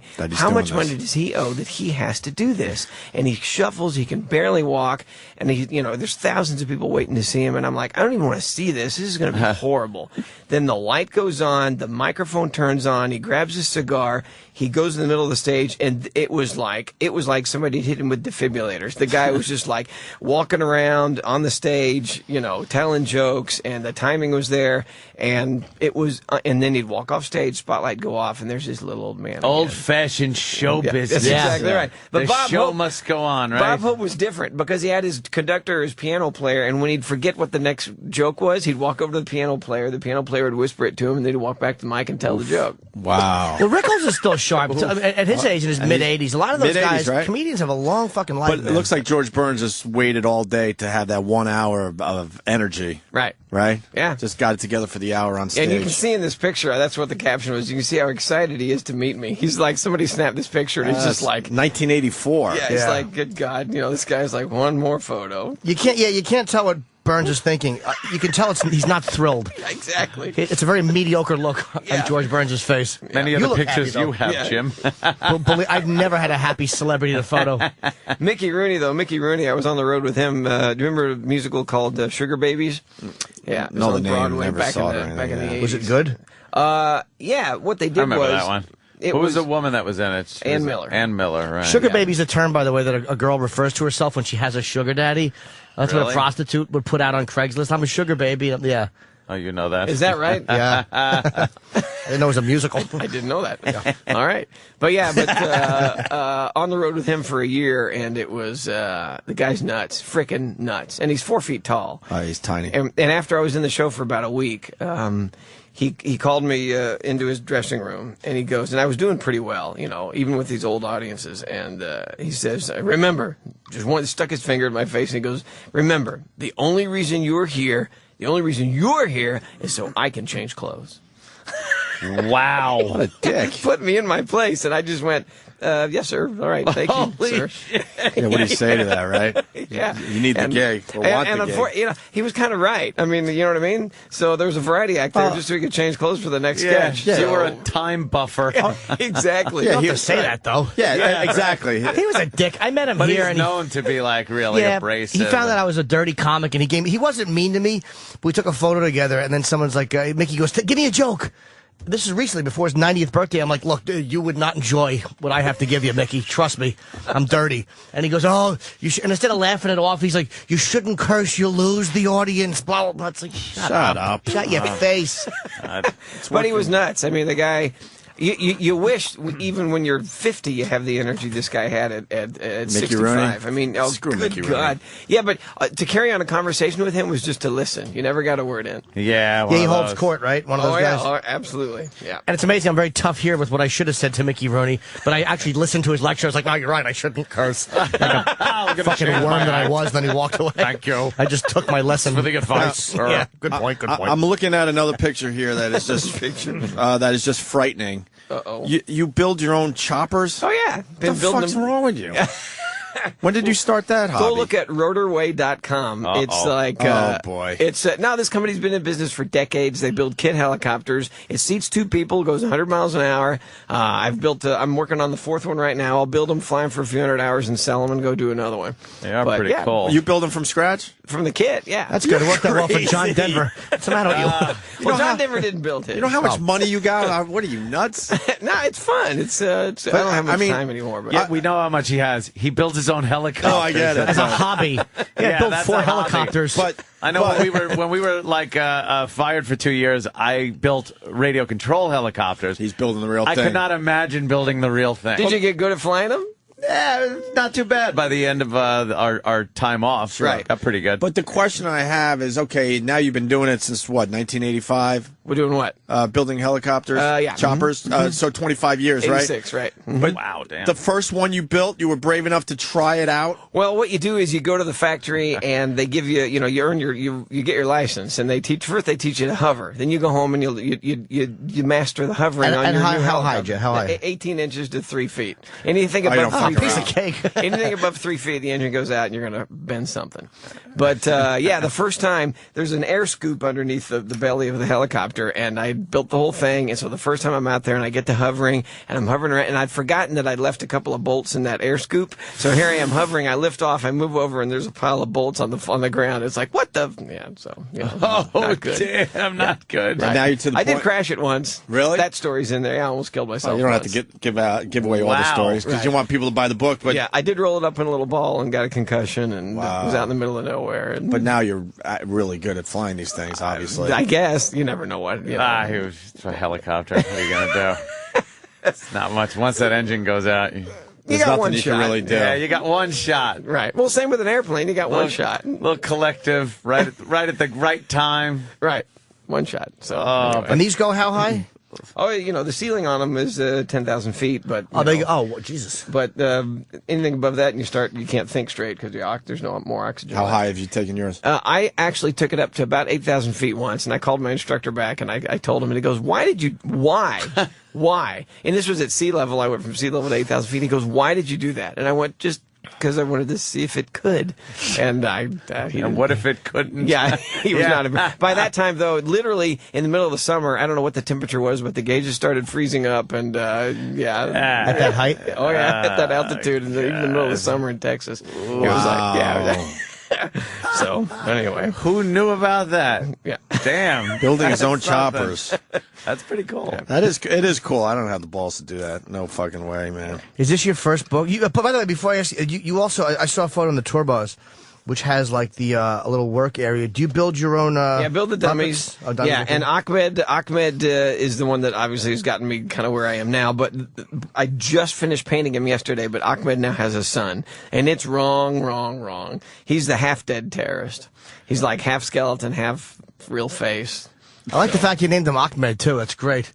Instead of some politically correct name like Steve. Yeah. Or Steve the Terrorist. Yeah, it wouldn't work. Have you get out in any, I don't know, I'll just say death threats or anything? Oh, sure. Yeah, sure, yeah. Yeah, the worst was after we had a song called Jingle Bombs. It came out, and obviously to the tune of Jingle Bells. But that was, has it been 2 years now? I guess it's been 2 or 3 years that it came out. And, we got a couple of, we actually got a handful of them, and a few of them were of note. And, but since then, it's like, freaking Ahmed, we don't say he's any type of religion. We're not making fun of anybody. Sure, he's got the thing on his head, and he's from somewhere east of here. But, we never all know. We all know. Yeah. But he says he's not Muslim. We're not making fun of anybody, except, he has a weird accent, and, we all know. He's a failed terrorist. Does he say he's not Muslim? Yeah, it's probably a smart move. Yeah, he says he's he's cut my head off. Yeah, exactly. He says he's Scientologist, and then later he says he's Catholic because he's so you never know he's Catholic. Well, that brings us to the next. I don't know if it's a question, but your YouTube videos, Jimmy was how many views, Jimmy? I guess the total is over 400 million on I guess a few of them. Yeah, they've gone over. You got one of the when you look at the biggest the top viewed videos of all time. You're right there. Yeah, it was. Sometimes it's up at the top 5, sometimes in the top 12. Do you still check it?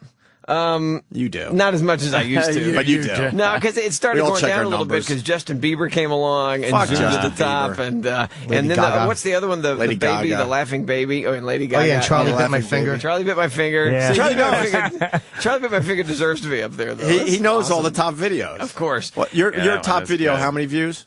I don't know. It's like I don't know. But what happens is people knows. upload these things, and what we were doing is the same thing that networks do. We were policing it, and there was all the DVD stuff, so we would pull them down. We'd get them pulled down. But then when one of them reached 11 or 12 million, I was like, wait a minute, maybe we should be approaching this like the Grateful Dead and embrace it.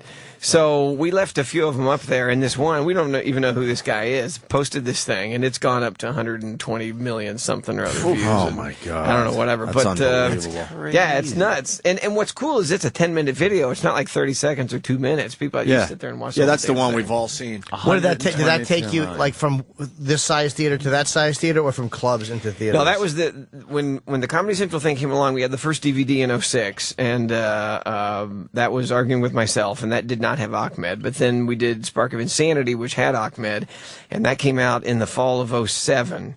And by the spring of 08, it had just gone frickin' bananas. And we started tracking these things, and it was the Ahmed YouTube video that was going everywhere. And I never thought, there've been a few surprises along the way the last few years, but I never thought beyond the borders of our own country.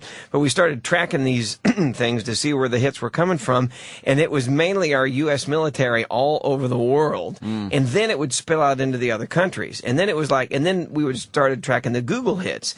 And the Google hits, it was not only, I was being Googled. The number one country was not the United States, it was South Africa. Wow. Yeah. So, and then we realized, oh man, we could start touring these places. So that's why we started. We've done a couple of European tours. We've gone to South Africa. We've gone to Australia. China's on the books. China. How the hell am I going to do my act in China? But we do these Scandinavian countries where English is the second language. It shows how much, they emphasize a foreign language and we don't, because they got it. They got the sense of humor. They knew all the characters. They get all our TV. But it's English. That's not a foreign language. Exactly. That's how we feel here, by the way. Right. So, and fuck it. I know in South Africa, that was the one I was like, man, I'm a little bit worried of this. I'm carrying around a dead terrorist in my suitcase in South Africa. Sure. Is this a good idea? But we had security, and everybody was really nice, and it was unbelievable. Crowds, and not to toot the horn a little bit, but these were big audiences. These weren't like 400 seaters. These were 5,000-6,000 seat venues, and we did 9 of them. So wow, yeah, in South Africa. Yeah, and it was crazy, and it confused. That's every white person in South Africa. That's exactly right. Because I was like, what is up with this? I thought we were going to have at least 50-50. No, it was all white people. Wow, but only 3% of the population is white there. Yeah, yeah. And I guess you're right. Jesus, Willie Tyler would make a killing over there. I love it, exactly. Do you get along with other ventriloquists, or is there no competitiveness for you? We have a ventriloquist convention every year, which is kind of frightening. And I've been going every year since 1975, and it's you're the biggest one there, obviously. Well, who's number 2 at those things? I couldn't even give you a number 2. There's a handful of guys that have been doing all right, it. name number 2. Yeah, right who's now. number 2 that comes to the convention? Senior Wences. It's still who's another big ventriloquist? Yeah. Well, he's only come once, but there's Terry Fader, the guy that won America's. Oh, sure. Yeah, Got Talent. He's only come once, though. Whatever happened to Taylor Mason? Yeah, he didn't come to the conventions, but yeah, he's out there. You bring up Terry Fader. That guy is a rock star too. He's right there. Yeah, he's got his show in Vegas, and he won America's Got Talent, and now he's just I don't know, probably pushing a billionaire at this point. Yeah, I mean our acts are polar opposites. Sure. Yeah, if you like his show, you'll hate mine, vice versa. Right. Yeah. So yeah, he does a great job. He sings, and everybody loves him, and but it's a whole different ball. Do you like Jeff Dunham? I don't know, whatever. It's different. You like Otto?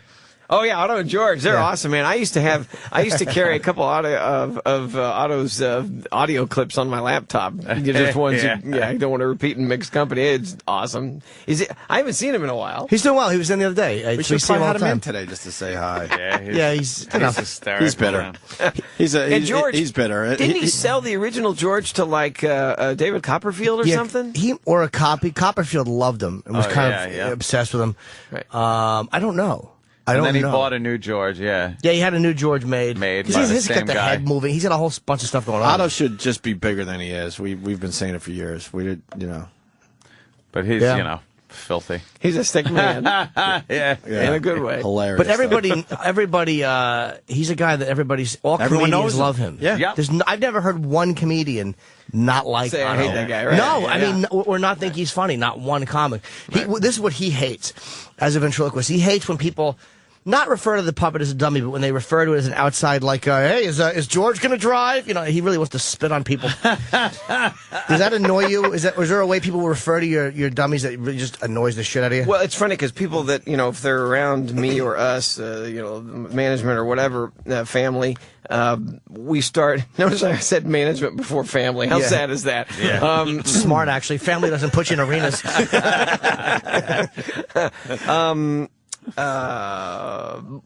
Everybody refers to the characters as if they're separate people from me. And at first you think, what is wrong? But then it just kind of makes sense. It's just easier. You talk about Walter as if he's a real person. Because, it's not, I made Walter say, it's Walter said. Right. Yeah. And at first it's kind of disconcerting. But then the puppets talk in your book, too. That's just, that's creepy, Jeff. The publisher and I went round and round about that. And I thought, I don't know if this is a good idea. But then when I started doing it, it's like, this is kind of cool. Because it breaks the book up. But yeah, we had little illustrations of the characters, and they all interject their own little jokes and stuff inside. Which means you're talking to yourself in your book. Well, doing the audio version was a pain in the ass because I'd have to be reading and then cut into the characters, and it was you ever read out loud a 350-page book? Hell no. It came out in 8 hours on CD. But we literally taped. We had studio time of like 31 hours of reading.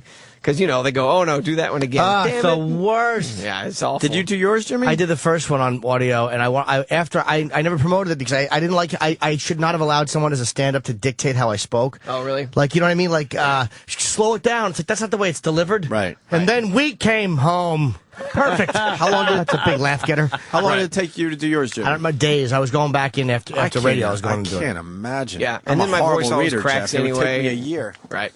My voice always cracks, and finally we just gave up. We said, okay, well, the voice cracking will have to stay in there, otherwise. Yeah, those little imperfections makes you, it's like you're a performer. Why not?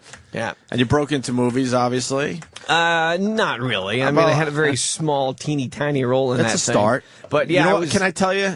We're talking about a dinner with Schmucks. For Schmucks, yeah. You were the only thing I enjoyed of that movie. Come on! I have to say it. I thought that. I love that movie. But your scene was unbelievable. Well, that was. You want to explain your scene in that movie? Yeah, well, the one where the giant dinner scene, right? And it's literally, I guess, is it 10 or 12 people sitting at this table, and it took us 2 weeks to tape a scene that ended up in the movie that was probably 2 minutes, 3 minutes long. God knows how long it was. But well, I'm sitting there with a dummy at the and by the way, the character, Jay Roach came to me before we started filming. He goes, I want you to be in the movie Dinner for Schmucks. And I go, well, what am I? He goes, you're a schmuck. I'm like, Jay. He goes, no, play yourself. You'll be fine. I'm like, thanks. And then I go, well, what am I? He goes, well, you're a schmuck. You're a ventriloquist. Thank you. But he's in love with his own puppet. Yeah, exactly. But he goes, but don't get to the punchline yet. He goes, I want you to build the dummy for the movie. I said, fine. And he didn't know I was in the middle of a divorce at the time. Honest to God truth. And he goes, I said, well, what's the dummy? He goes, well, it's going to be your wife. And I said, oh, really? And what's her character? He goes, well, she's a whore. She's always drunk and hitting on other men. And I'm like, honest to God, I thought I was being punked. I'm like, well, what's his name's going to, Ashton Kutcher's going to jump out any second and I'm going to be screwed. But yeah, that's what he wanted. Did that make you want to do it or not want to do it? Oh, of course there was that side of me that really made me want to do it. Oh, good. Okay. Absolutely. It worked. But yeah, so the character, and now the character's in the live show, and it's kind of cool because I've had the male side of things for so many years with Walter, bagging on women, and now I've had to hire a couple of female, middle-aged female writers to come in and do the voice, write her, because we don't get it. I got 3 daughters. I don't understand their point of view. Get it? So, I don't understand their point of view. We really do have no interest in what they have to say. What they're thinking, saying. It's all drivel. That's right. Spanx. Do you know what Spanx are? Yes, I do. How do you know that? Because I should be wearing them with my man tits. Yeah, well, they wrote a Spanx joke, and I'm like, I just sat down at the meeting, and I go, I don't know what Spanx are. You're going to have to explain this to me. Does it kill, though? Oh, yeah, it kills. Oh, yeah. Yeah, women know. It's like a modern day kind of a girdle Is it a girdle-y thing? Right. Holds all the, as she says, holds all the jiggly stuff in very tightly. Holds in a world of hurt. Well, you were definitely really good in the movie. Oh, I mean, thanks. you weren't in the movie a lot, but it was a relief. Trust me. Well, that's the next step. We hope, I don't know, our TV show lasted for 10 minutes, but we learned a lot from that thing. And, what was it on? What network? It was on Comedy Central. But we were doing okay in the ratings, and it was leveling out, but the show was double the cost of anything else they had on there, so it started to make no sense. Because if the ratings literally would have had to maintain double anything they had for it to pay for itself. Why did it cost so much if you had the puppets made already? Because Jeff's pay. Jeff's pay, right? Yeah. No, that was a chunk Probably. of it. That was a chunk. No, honestly, it was a huge cut in pay because I wasn't doing the road, and the road pays better than anything. So it's Comedy Central. Come on. So exactly. But by the way, I'm nodding my head like a phony. Like, yes, I understand the road pays better than anything. Me and Jeff, two guys that make the same amount of money. I really stink. I don't know, but no, we had a lot of people on staff, and it was like we were all. It wasn't a green screen. I was operating these characters from all these different angles, and we had a lot of green screen in there, and it just got to be really expensive. A lot of folks working, and it would have been fun to keep going. But so now we hope to get into films, and there's so many. We can do some kind of buddy comedy or an Ahmed Christmas thing where he's trying to find the root meaning of Christmas or something. There's got to be something there somewhere. Yeah, it sounds like there would be. Well, you did a Comedy Central Christmas, I know, right? I saw that. Yeah, we did the stand-up 2 years ago, the special, and that went really well. And the DVD, it's crazy. If you go on Amazon and look, I mean, these DVDs have been out since 06, 07, and 09, 08. I don't remember when. Christmas was 08, I guess.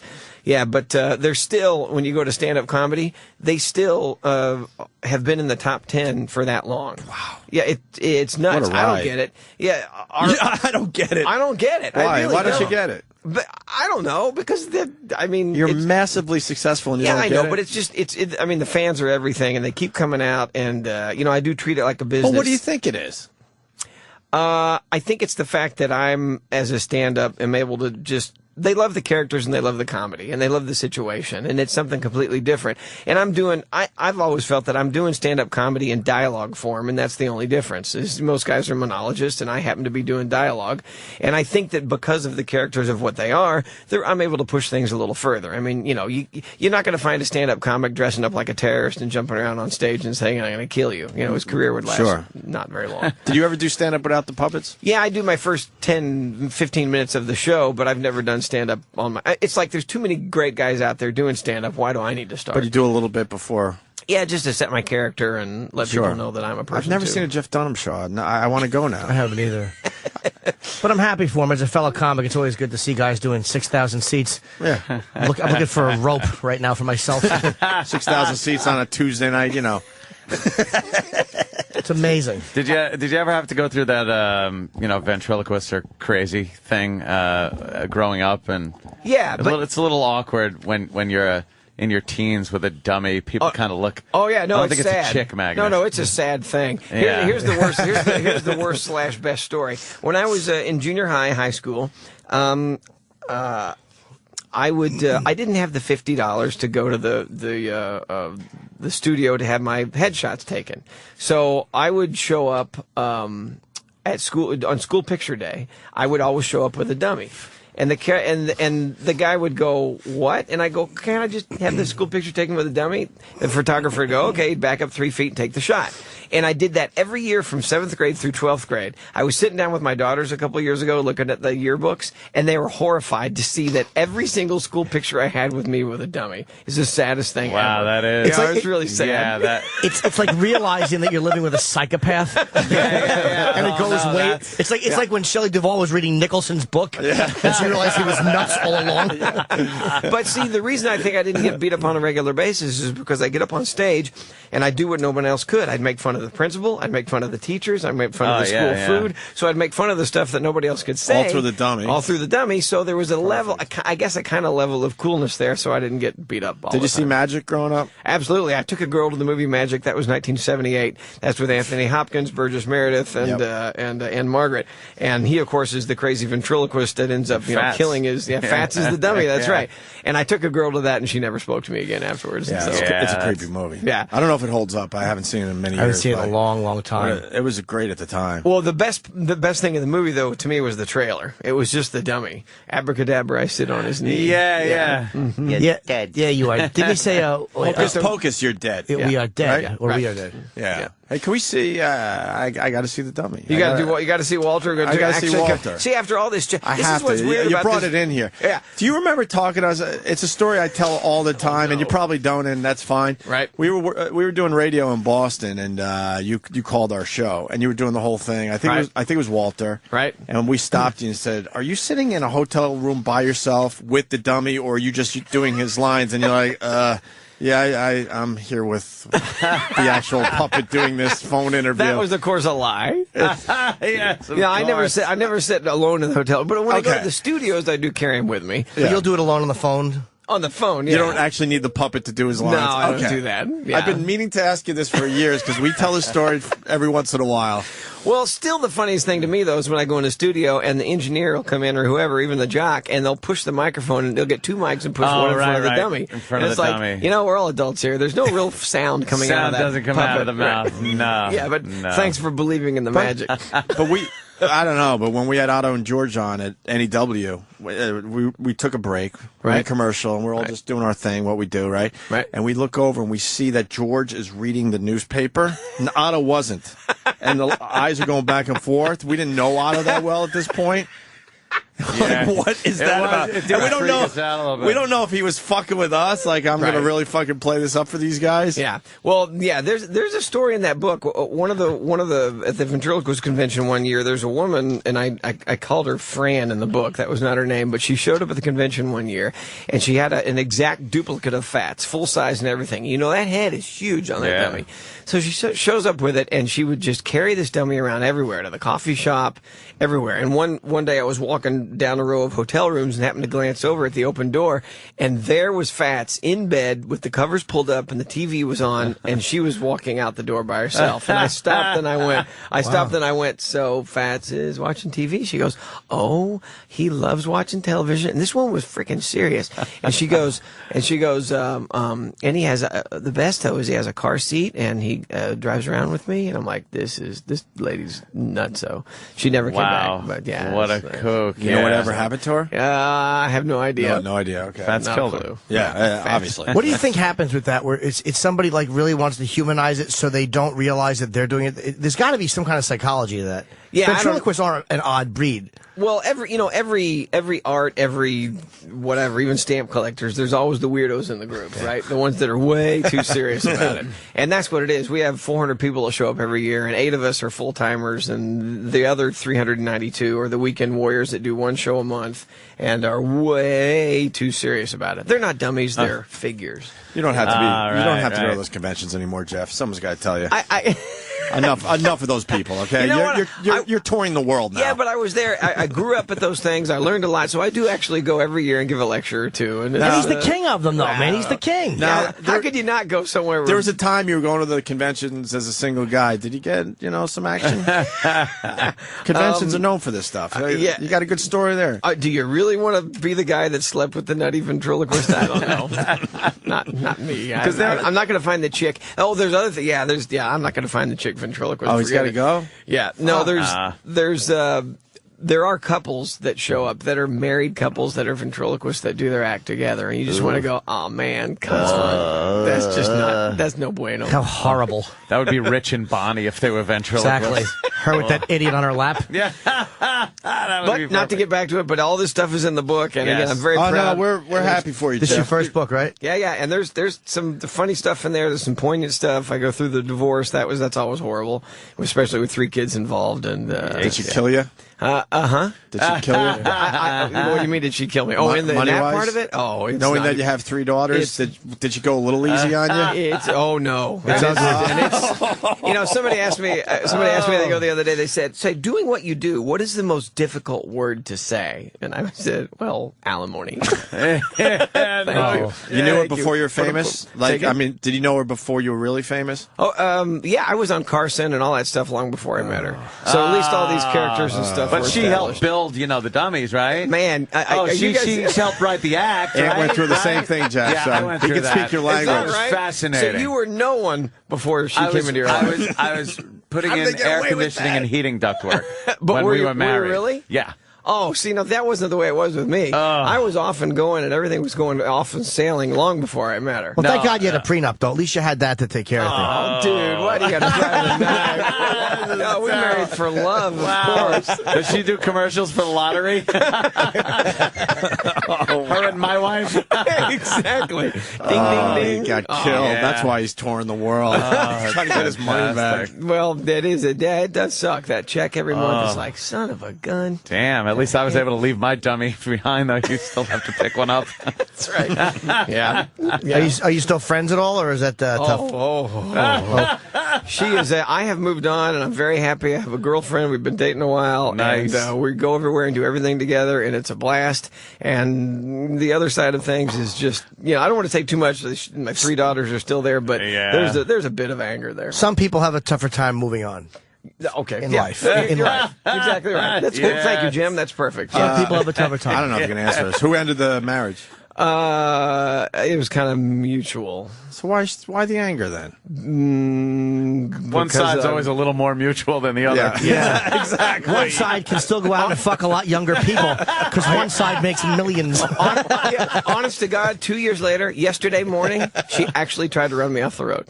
Wow, see, that's 2 years later. It's amazing. Yeah, I was 2 driving. years after the fact. I dropped one of my kids off at school. She dropped off the other one, and I look in my rearview mirror 3 miles away from school, and I go, surely not. Here comes this big old Escalade, and right up my butt, and then zoom right in front of me. She didn't try and run me off the road, but she certainly cut me off very quickly, and I'm like, oh, come on. Hey, what the hell are you doing? Yeah, that's right. And Walter started yelling out the window. They're saying that you have to go. It's in big yellow letters. I guess you have other press. The book is called... we didn't get to see the dummy. Oh, we get to see That's all Walter. right. We'll come back. You come back with Walter. You guys were awesome. Thanks very much. All This by is just- myself. Is it out today? Tuesday? It comes out today. Yeah, and there's nothing else going on today. It's a perfect time to release a book. It's a slow news day. True. Yeah. Yes. Oh, that's right. Election day. My last one came out November 4th, 2008, Obama's election day. That was a good day to do a signing. Me and a bunch of suicidal white people. Jeff is promoting the book, and he'll be doing a signing. If you want to meet him, there's obviously going to be a hell of a line tomorrow. It's a great place. Borders in Columbus Circle, 7 p.m. It's in the Time Warner building. It's all indoor waiting, so you're not going to be stuck outside. It's a great, great place to go to a signing. Tomorrow night, 7 p.m. Awesome. Here in New York. Thanks, guys. Are you Thanks doing one for the today time. at all or This no? was great. No, the signing is just tomorrow. Okay, just Was it tomorrow. Tomorrow, yeah. Tomorrow night. Jeff Dunham, everyone. Jeff Dunham. Thanks a lot, Jeff. Thanks, guys. All right. See you soon. Opie and Anthony, mornings. Ron and Fez, middays on the Virus. Sirius XM.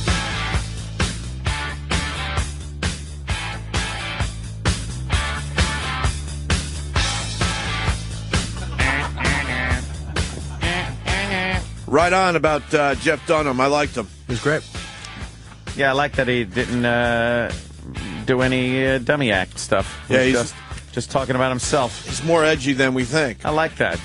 Although he turned the corner with the terrorist puppet. So before that, he was very safe, I thought, in his act, right? I never saw his act, honestly. I don't know. I never have either, to tell you the truth. I got to hit this tonight, the Jim Florentine roast, 8 o'clock at Comics on 9th Avenue and 14th Street. Whole bunch of us are roasting Florentine. 212-524-2500. Call after 12. Or just go to ComicsNY, COMIXNY.com. That's tonight, 8 o'clock at Comics. We are roasting Jim Florentine. Eddie, Don Jameson, Voss is hosting, Bonnie, Otto, and George, Sherrod, a shitload of people. Wow. It's a great lineup. That's going to be brutal. And the proceeds are going to Geraldo's kids, which is a great cause. So, Sure thing. Because he kind of checked out early. Wow, why would Florentine, put himself up for that? They've been talking about it for a while. Oof. That is a brutal crowd to have roast you. Yeah, it's not a bunch of nice people. Yikes, yeah. Oh, cool. Yeah, that'll be fun. Right on. Fun. Absolutely. All right. Hey, we got to talk about Randy Quaid. He's lost his mind. Who knew he was this crazy? I mean, the stories have been coming out for the last year or two, but he was on Good Morning America, just speaking nonsense. Yeah, he's been in some trouble. I guess he was in a house with his wife that they didn't own. Squatting. Squatting. He had gotten arrested for that. They went to Canada to try to, and then we're asking for asylum in Canada, like political asylum. They didn't want to be brought back to the U.S. because of these Hollywood hit squads. These what was he calling them? Star whackers. The people are trying to kill him. And for what reason? I don't know. I think he explains it in some of this inane babbling. Yeah, the Quaids think there's a conspiracy against them. Listen to this from Good Morning America. I agree wholeheartedly. The Quaid conspiracy on my next show. Up. People noticed that you supported Obama in a commercial. Did I? Yeah. No, I said I agree with him. I said get out there and vote. Yeah, no, you supported Obama. One guy from Baltimore writes, wow, how did Anthony do that read without running out of the studio spraying bullets everywhere? Because I'm a professional.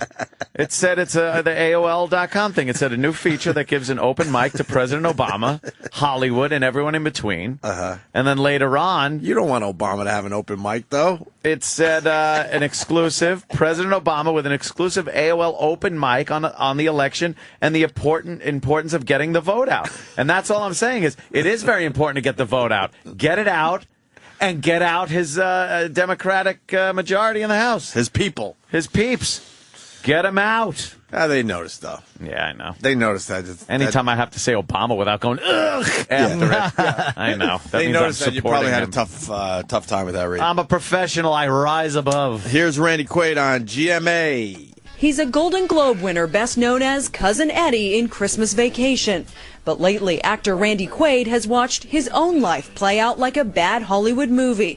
He and his wife Evie have been involved in a series of bizarre events that have led them here to Canada, where they sat down for an exclusive interview with GMA. We are refugees. I mean, that's essentially what it is, Hollywood refugees, seeking to be left alone by the criminals in America. The couple fled north after police... Nutty motherfuckers. God. I love how the reporter's got to sit there and straight face just nod like, yes, you're right. Why does anybody care where they are? Like, who gives a fuck if they're in Canada? Because they have to come back to the U.S. to answer for charges. Oh, what charges? Weird charges. That he does shitty movies? That he's awful and unwatchable and looks like Rob Reiner? There's a few... He's not that awful. He stinks. There are a few...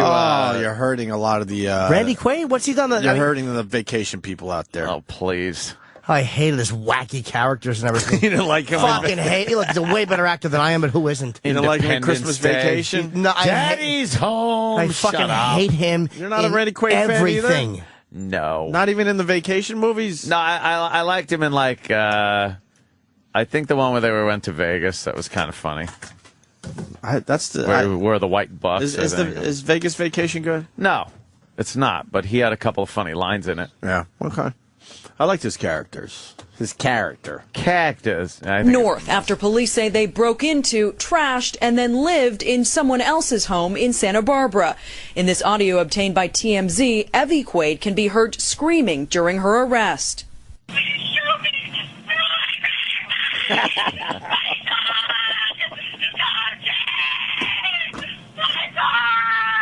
She says she became so upset because she claims they are the real owners of the house and the incident is all part of a larger conspiracy. I genuinely feel like these people are trying to kill us. Who?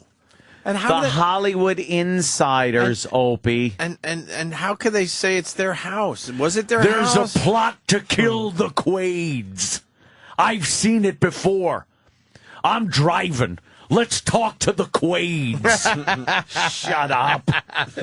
Okay, what have you got on the Quaids? Well, Governor, I see that there's some people in Hollywood that want them dead. Proof positive right there. The Negro woman said it. Oh, he's such a tool. I was watching his special on, his show on Area 51. I'm sure it was great. Over the weekend. Oh, just horrible. I went to Area 50 and made a left. And there it was. Did he say that? They guided me to Area 52 thinking I couldn't count. They were right. I got up to Area 70 before I said oops. It was terrible. He proved nothing again. They kept going. Before commercials, they're like, and when we return, Jesse the governor goes head-to-head with the security at Area 51. Really? And then they kept teasing it, and Jesse faces down the gun barrel of security at the border of Area 51. And then they got there. They finally get it. They finally get to the point, and Jesse's like, if I step over this imaginary line, they could shoot a governor? No. And then he goes, well, we decided it was too much of a chance and turned around. They were teasing how he faced down the guns the whole time. What an asshole. Yuck. So they're going to shoot a former governor? That's unbelievable. Oh, God. What happens at Area I'm a 51? former moron. A governor. Oh, wait, I got it backwards. I'm a moron. A fighter. A Navy SEAL. Even though they weren't called that when I was in. Yes, what were they, UDT? UDT, underwater demolition, or in G.I. Joe vernacular, it was a frogman. What an ass! Anyway, I was watching that. What happens at Area crazy. 51 now? You're just not allowed in that area? Of course, and it's been that way for years. They build classified military weaponry. A lot of it does go under Congress's feet. They don't know about a lot of these things. They're covert projects. You can't. If anything's been proven, Congress cannot keep fucking secrets. When you're trying to build something, you have to give government certain latitude as far as secrecy goes. And when it comes to national security and weaponry, especially what's come out of Groom Lake, Area 51, Skunk Works, it's some of the best, most amazing machines ever built on the face of this earth. And the only reason it was they were able to do that is because it wasn't funded by Congress, and there wasn't this pork barrel shit and arguing and bullshit. It's the CIA, the military saying, we need this, build it. Do you think if Congress had to step in and fucking have all of them had to say in the Manhattan Project, we ever would have had an atomic bomb? Of course not. Fuck no. And it's the same thing that's been going on at Area 51 for years. There's no fucking flying saucers. There's no bullshit. It's heavy security because it's a private installation that builds classified weapons. Shut up, Jesse. You didn't prove shit. I proved. What's there? Little green men? He actually said, little green men. Shut up. Go back to Mexico, you fucking unpatriotic cock. He's just a boob. He is a boob. That's kind of cliche, huh? Yeah. Is that the worst cliche ever? Dummy.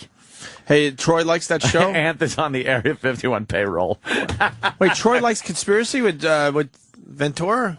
Does he like it like I like it? I received a communication that Troy disagreed with Anthony and that he Well, thought bring it was a him really in. good God. episode. And Jesse and one of his cronies faced the people that were coming off the plane. Now, the plane leaves Vegas. It's about a 90 minute flight. No, it's like 100 and some odd miles. I'm not even sure. Are you? It's close enough to Vegas. Yeah. They get on this plane. It's workers. And it's like, what's with the secret Area 51 airline that takes the employees into Area 51? It's like, yeah, they don't want to commute from Vegas to Area 51 through an open desert, so the fucking government supplies them with transportation.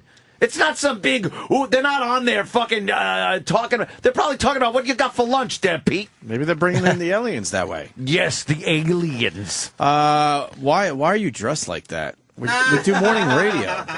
It's freezing back there. I'm freezing my ass You off. don't like that he's dressed like Fonzie's nephew, Spike?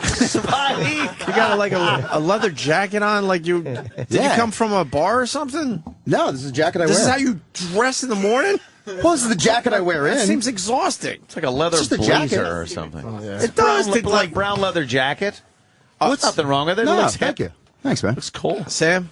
Coming from someone wearing military garb. Yeah, How he's was just it- like how was- Schwarzenegger in the first Terminator. You got like a black dress up shirt you'd wear out. Yeah. And then Looks a leather jacket over it.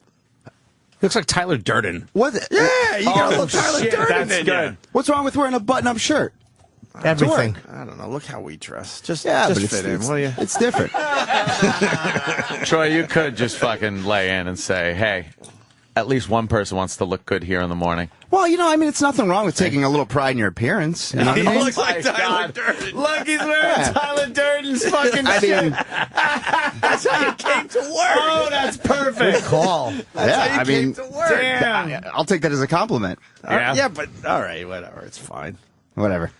I go the opposite. Well, I'd like to smelly fucking sweatpants half the time. I'd like to look like Tyler Durden too, but at fucking 4:15 in the morning, I don't give a fuck. Right. I'm not blow drying my hair and trying to find out what leather looks best with this shirt. But it's not a conscious decision. It's not like, I got to look fucking awesome. It's just, this is the jacket that I wear, and I put it on, I leave. Troy doesn't. He sleepwalks and blow dries his hair at the same time when he's leaving. He doesn't even realize it. No, I just don't wash my hair. That's the way it was from yesterday. You don't have greasy hair? No. I can't go one day without washing my stupid hair.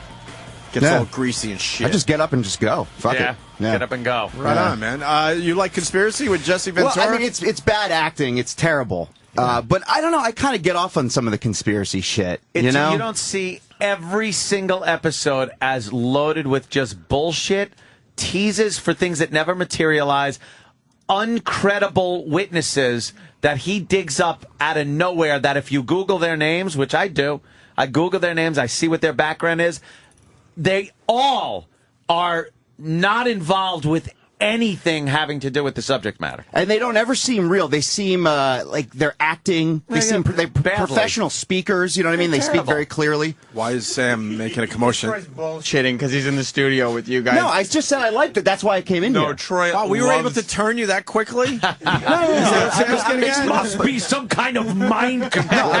You've mind controlled Troy. We're finding more pictures of Tyler Durden for you, Troy. That's you. That's how you come to work. You come to work like Tyler Durden. It's great. Yeah, I'm not offended by that in the least. You trying to pick up chicks here or what? You always got to be ready. You know what I mean? Troy didn't shower because he was up all night making soap. Yes.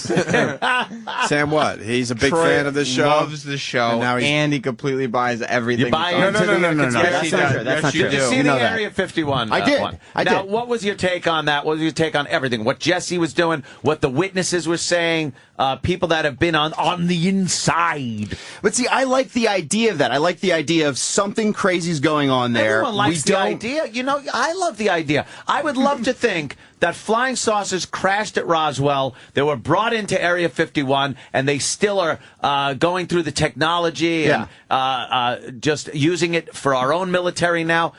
And no, I don't have any. You might as well say the Tooth Fairy is there and Santa Claus is there because it's the same shit. Right, but why won't they let you into there? Because it's a secret military installation. So it's kind of cool to think about what could possibly be going on there. In the real world, absolutely. If you look back at when the F-117 was being made and think about a stealth machine that cannot be seen by radar, that's fantastic. Sure. And now that we know it existed and they built it there, of course it's amazing. And what are they building now? I would love to know. But you know what? We don't know because it's secret. Yeah. It's military stuff. It's not spaceships. And they don't have time for a goofy TV show. They're busy working. Just because Jesse's knocking on their door doesn't mean they have to let him in. Open up. I was a former governor. I should come in and see everything. And no one's going to get shot for walking over an imaginary line. That's just So you mean to tell bullshit. me the firefight would start? And he goes, I'm going to turn around because we still have 20 miles of open field fire to go through. Like they just shoot Jesse the body right there as he steps over a line. The truck would come down. They'd be going, what are you doing here? There's signs that say you're not allowed to have cameras. Now, it does say use of deadly physical force is, what's the word I'm looking for? Authorized. Yes. They're authorized to use it. It doesn't mean that you step over the line and fucking cyber guns that they set up like in a video game start going off and kill you. But they do have the right, if they see some guy going, Allah Akbar, running toward with a fucking bomb belt on, they could shoot him.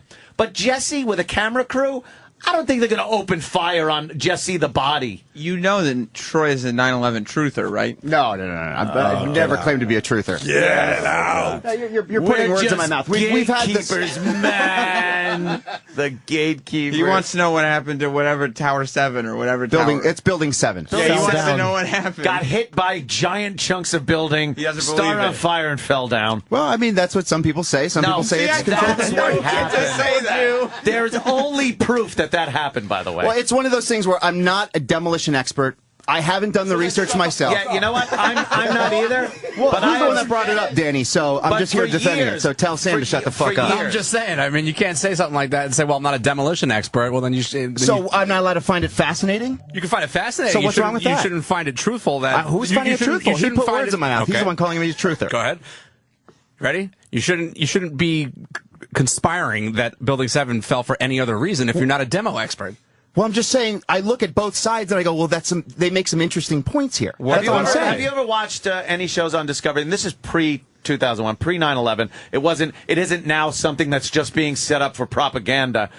Did you ever watch what demolition crews go through? Watch specials on demolition crews? Mm-hmm. Do you understand the work it takes to demolish in a controlled explosion that brings a building down like a pancake? What it takes a demolition crew to do that work? The destruction they have to do prior to planting explosives, drilling holes in walls, cutting through I-beams, putting shaped charge explosives by I-beams so that they shear them off. It's not something you could load in disguised as a janitor and set up with all the walls still up so when people go to work in the morning, they don't know that there's fucking a 10-foot wide cable going out to boxes that control an explosion. It's not feasible. The better answer is it was damaged when 2 huge skyscrapers fell down from Arabs hitting it with airplanes, and then later, because of fire and structural weaknesses, fell down. Yeah, that's fine, and I understand what you're saying. I just have a problem with the truth. My problem is I trust nobody. So what people tell me as this is what's happened. You apparently I just naturally truthers, like structural engineers and popular mechanics. But like I said, I haven't done the research, so I don't know. I'm not here but they're a bunch of different people. It's not like you're listening to the government officials have told you this. It's like engineers, the average Joe that works in a fucking welding shop knows the principles and makeup of steel and temperatures, and there's just. It's been a cross-section of people that have said, this is why these buildings fell.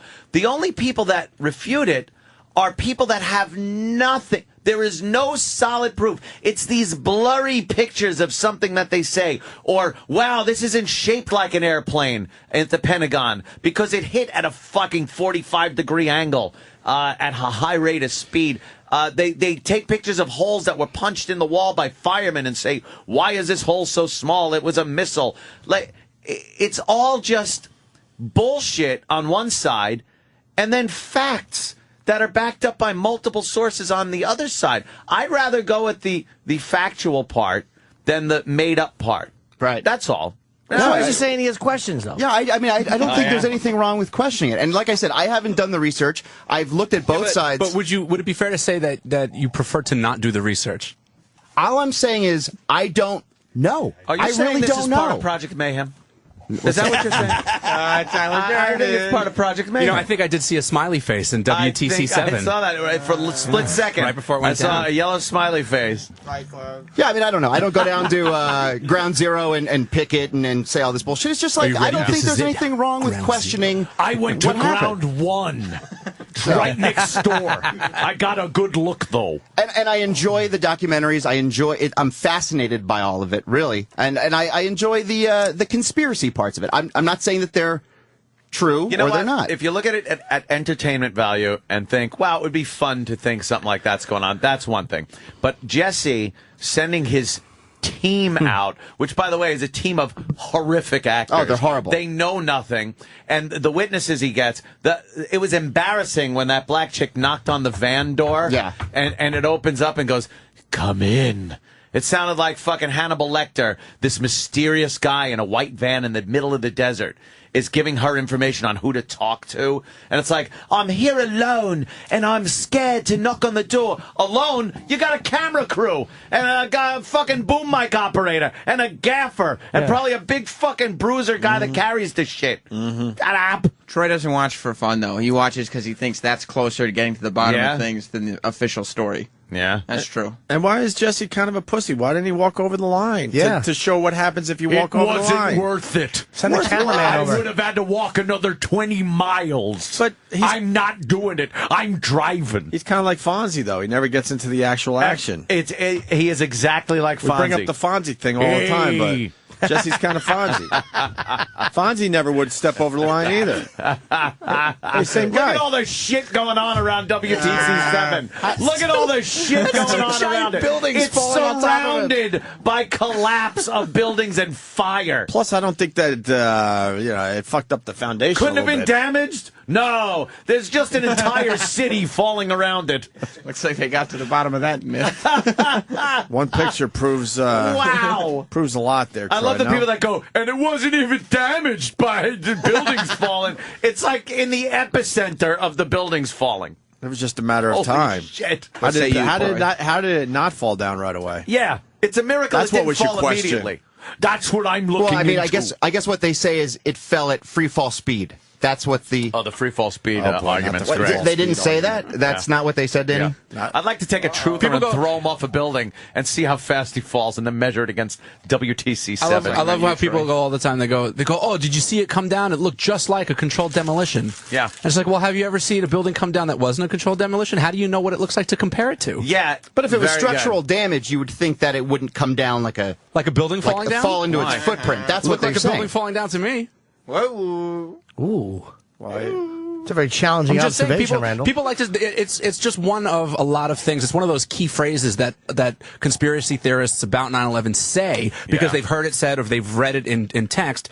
But in actuality and in practice, sure, did it look like that? Perhaps.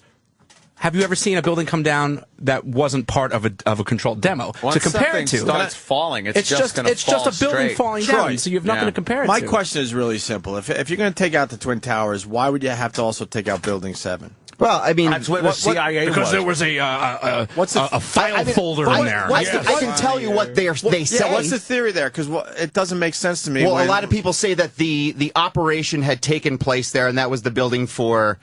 And again, I'm just saying what people are saying, Danny. As Danny's like freaking out over here, but I'm not freaking out. I'm countering you. It's just saying that that's where the CIA was, and that's where possibly the operation had been orchestrated. Let me ask you a question. Why would the CIA destroy that building to make sure there's no evidence? That's good to operate right next to the place you're blowing up. And why blow up your own office? Who does that? Who blows up who allows their office to fall down? Get smart. And not knowing if all your paperwork, because if the building falls, your paperwork gets blown all over the place. Who does that? Your paperwork. How do we cover up the crime? Knock the building down, let the firemen pick it up. That makes no sense. You figure that building would be kept intact so they could guard the shit. Yeah. Get big safes. Right. You don't knock it down and let stuff fly all out willy-nilly. Why is he saying these things? Do it from somewhere far away. But what's wrong with questioning anything? Like, why do you have to be always be? Why do you always have to believe what that tells you? No, we I'm do. not. You know, and by that he was pointing at. We did. So I'm sorry. No, that's okay. Good. I was going to do a dumb joke, but the TV he was playing actually. We do question things. I do. And from what I've looked into, after questioning things, you get answers. And the answers I got were all reasonable that terrorists, Muslim extremists, flew planes into buildings, and they collapsed. I hope you're right. So much. I really do. I hope you're right. I would say I'm 99.99 and then keep the nines going, infinity. Yeah. Right, on this one. 9 repeating. Yes, infinity. Because if the operation was that important, the CIA would never allow something like a flight not taking off on time or a passenger bringing down a plane like they did the third one or the fourth one. They would never leave that stuff to chance. Like everything went as planned. Like the CIA's operation could be covered up if the two buildings collapse and then they demolish World Trade Center 7, instead of just doing it from a different location, why would they leave it to chance that one of the planes didn't take off? Right. Mechanical difficulty, or there's a problem at the airport, or fucking weather. Happens. Or an engine light goes off and they got to turn around. Then they got a fucking 1,100-foot building filled with explosives. Now, how do you explain that? How stupid does that look? Now they got to send people in to take them all out. The unions get paid. It's like, oh, it's an invisible plane. Doesn't make sense. Nobody who could pull off this genius plot would do it in that horseshit way. And they hit it with the planes and then waited a perfect amount of time where people would have thought like that and let people get out. And why not just go, wow, we fucked you. We got a bunch of people and blew up these buildings. That's why I don't like conspiracy theorists in general, because they're so married to the idea of it. They're not being honest when they say they're looking for the truth. They'd rather make the truth their idea than use the facts that they find to make the truth. I don't think they ignore the facts. They do ignore the facts, because I think if you start to pay attention to the facts and pay attention to common sense, then you've distanced yourself from that kind of movement, and now you can't be a part of it anymore. Yeah. So it's this collective thing where you feel like you're a part of this thing. Yeah, man, I'm part of it. He's right, though. He's right. And then when you lose that, Now you're out of the club. So you'd rather not do the research, and you'd rather not pay attention to the common sense facts, because you want to stay a part of that crew. You don't want to be. You're right. No, you don't want to be like Edward Norton in American History X when he goes back to the party after he was in prison. And I think after Alex Jones was on, fun with the Nazis, and then what happened? One of you guys had said something about nobody ever says when somebody says something. None of the conspiracy theorist guys ever go, oh, that's a really good point. They just don't. No, never. That's an excellent point. An answer for it, and the answer is so vague and that's not backed up by facts. And that's why I have a hard time believing them as well. But all I'm saying is I enjoy both sides. I enjoy, for just an entertainment value of what Alex Jones does or what some of these documentaries do. I enjoy the idea of, So Sam just sits back there going, no. I don't know what you're talking about. Hold on. Sam, what is he trying to say? Yeah, exactly. Troy is the guy, because he gave you the answers to the questions factually, and you responded by going, well, I hope that's the case. That is the vague conspiracy theorist answer. No, it's the truth. I would like to believe that didn't happen. I would like to believe that our government wouldn't do that to us. I would really like to believe that. You ever hear of the Gulf of Tonkin incident? But I don't know. I don't know. So what? But let me ask you a question. Even though the military does black ops and all that, we got that.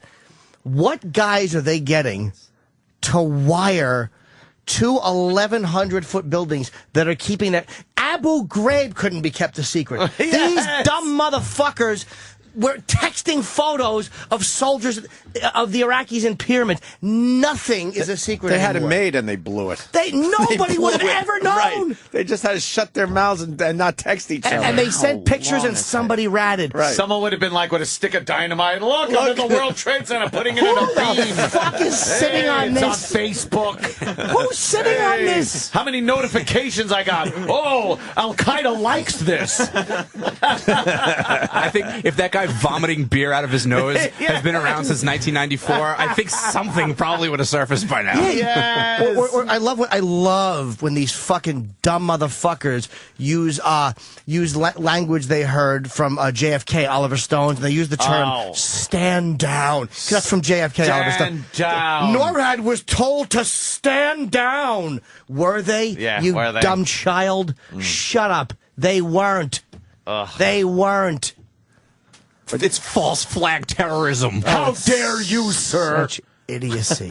And I always know when they're repeating facts, and not to get on JFK, but I always know when they're repeating Oliver Stone facts. Yeah. It's like, I know you saw the movie. I know you think I know you think Mr. X was one person, you dumb motherfucker, but he wasn't. Dolt. All right. It just drives me nuts when you hear people just repeating things.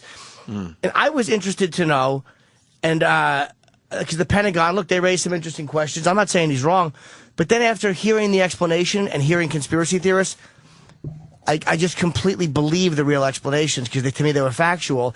And the conspiracy theorists, and I listened to them. They came on this show because I remember bringing it up and saying, let's interview one of these guys. And I hated them so much because I was trying to be open-minded and go, well, maybe they have a point. But then when presented with a fact, I listened to how these little fucking baby boys acted. Yep. And they didn't act like me when I had a fact. You understand? Like, I really wanted to be open-minded about it. Your facts weren't facts. That was shit that was fed to you by the government. What they know, that's fact. And there's no telling them any different.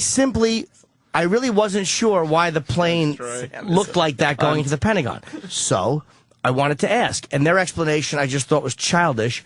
And I believed... Because it's a missile. It wasn't a plane. I just believed that people... That plane landed in Cleveland. And then we were talking to them on the street, and the one little girl, God bless her, needing to fit in, probably was molested soul. But saying things, I said, what about the voice recordings? Yeah. Those were people using voice. It's like, you little child. Do you really think that their families are fooled? What about the first and the last names being left on the answering machines? Yeah. Because they were leaving their last will. Yeah. They knew they were going to die, you dummy. You've never heard of a voice synthesizer? You've never heard of a voice synthesizer? How do you list, You've never heard of a phaser? And I guess it's just impossible to get cell service on the 90th floor of the World Trade Center. Yeah, I guess if I go up to the 90th floor, I can't get a cell signal. I would only believe that if they all had iPhones, then I would believe the conspiracy. Then it would never happen. Yes, because we all know. But a plane zooming through the building tops of Manhattan, I believe you could get a signal. Tell you the truth. Silly. I think you can get a signal. I just hated the conspiracy theories that we talked to. Yeah, that's great. That's cool. Yeah, you know, debunking. But every time whoever puts this out, there's somebody that can contradict it. You've probably never seen the History Channel special about the popular mechanics. I would sure love you've to seen watch Loose it. Change about 3 or 4 times. I would love to watch it. I'd love to watch anything. I saw the first version. I never saw the second version. Zeitgeist and all that shit? No, I don't even know what that is. By the way, when Jesse was when he was at Ground Zero, yeah, absolutely. Why did he not know this stuff when it happened? Why did he? By the way, Jesse says he never looks at computers. I don't own a computer. Yeah. Well, then how have you watched all these documentaries? Somebody handed you a videotape? My crack team shows them to me in my conference room. That's very dark. But it's a set. Didn't he come? What year? When did Jesse start talking about the 9/11 conspiracy? When did this ex-governor, ex-Navy SEAL jump on the fucking college when I was age offered mentality? Money to talk about it? I want to know when he jumped on that bandwagon, because he did not say it September 12th, 2001, and he didn't say it all through 2001. I don't believe. He was he was there. He went down to Ground Zero, and he didn't say it. Hey, we got someone that wants to straighten your ass out, Anthony. Dave in Virginia. Attaboy, Dave. Straighten me out. Kill him. Let's go, Dave. Hey, Ant. Hey, how you doing? Hey, listen, I love you guys. Man, you guys had the expert on your show, and you didn't even ask him about it. Who? Listen, Jesse Ventura admitted that he's not the knowledge that you need to explain this to you. Okay. Okay? He says he is the person that gets on the media because he's accepted. All right. But Alex Jones, who you had on your show, if you would have asked him about this, he would have straightened you out. He is the fact man. Do you remember? Hold on. Alex, I liked Alex. Well, let's book Alex Jones. Hold on. Dude, I liked Alex Jones. He would have gladly talked. Well, dude, relax. You're on the phone. We're talking to you. But what was I talking to Alex Jones about where I was trying to... Alex Jones, look, he's a smart guy, but he's a performer as well. Mm-hmm. And when he was talking about certain things like... Alex Jones is a patriot, man. Do you want to just keep babbling through what I'm trying to respond to you? I'm sorry to overtalk you. Go ahead. I'm not saying he's not a patriot. I didn't say he should be put in an internment camp. I am saying he's an entertainer.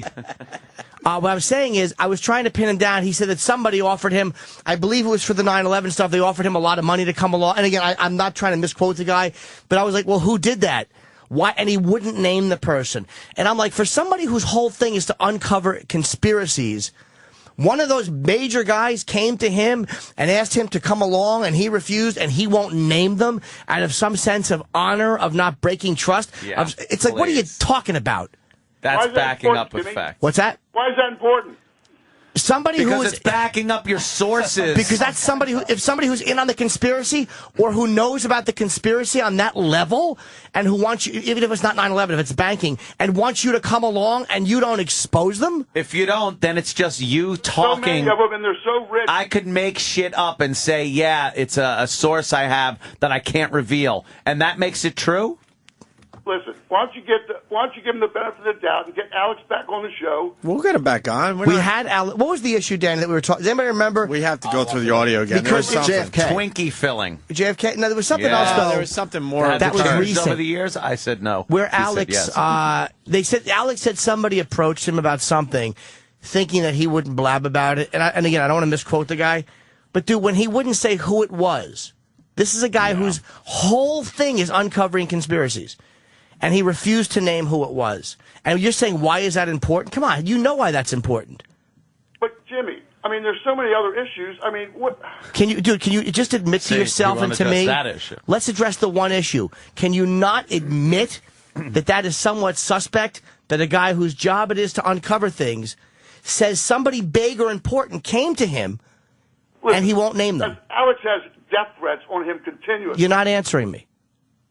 Why would he want a death threat exalted on him? Again, so you're saying that he wouldn't be trying to expose all these things if death threats frightened him. Right. But his family?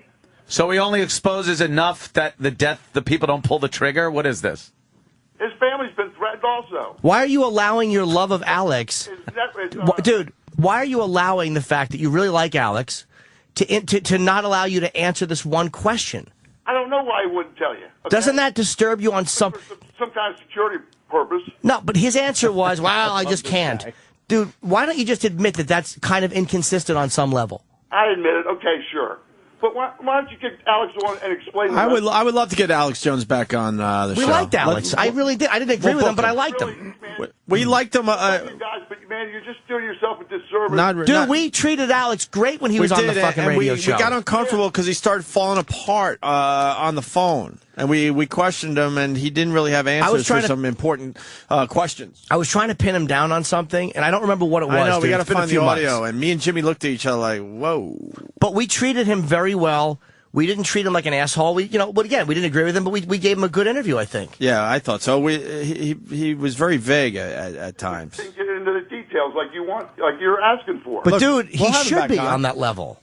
All right, Dave. Thank you. We'll have him back on. That'd be great. And thank you, guys. All right, Dave. All right, and Troy, so you like the Jesse Ventura is what you're getting at. Well, I mean, and the conspiracy show. Yeah. As far as the Area 51 goes, I mean, they showed all the pictures of the drawings of ideas that they've had for... Oh, that's stuff I've seen in books and popular science. No, and I like that shit, for over 30 years. I dig on that shit. Troy I likes like to dream. I like the idea. He's a dreamer. As ridiculous as it sounds, I like the idea of them finding alien spacecrafts. As ridiculous as it is, finding alien spacecrafts, taking them apart, and then our military reverse engineer, as they were saying. Yeah. Yes. So yes, whether it's true or not, it's still I think it's some very creative scientists being left to their own devices without being interfered with by politicians, and they're in there doing what they do, which is being brilliant, making amazing aircraft and weaponry, and being left the fuck alone.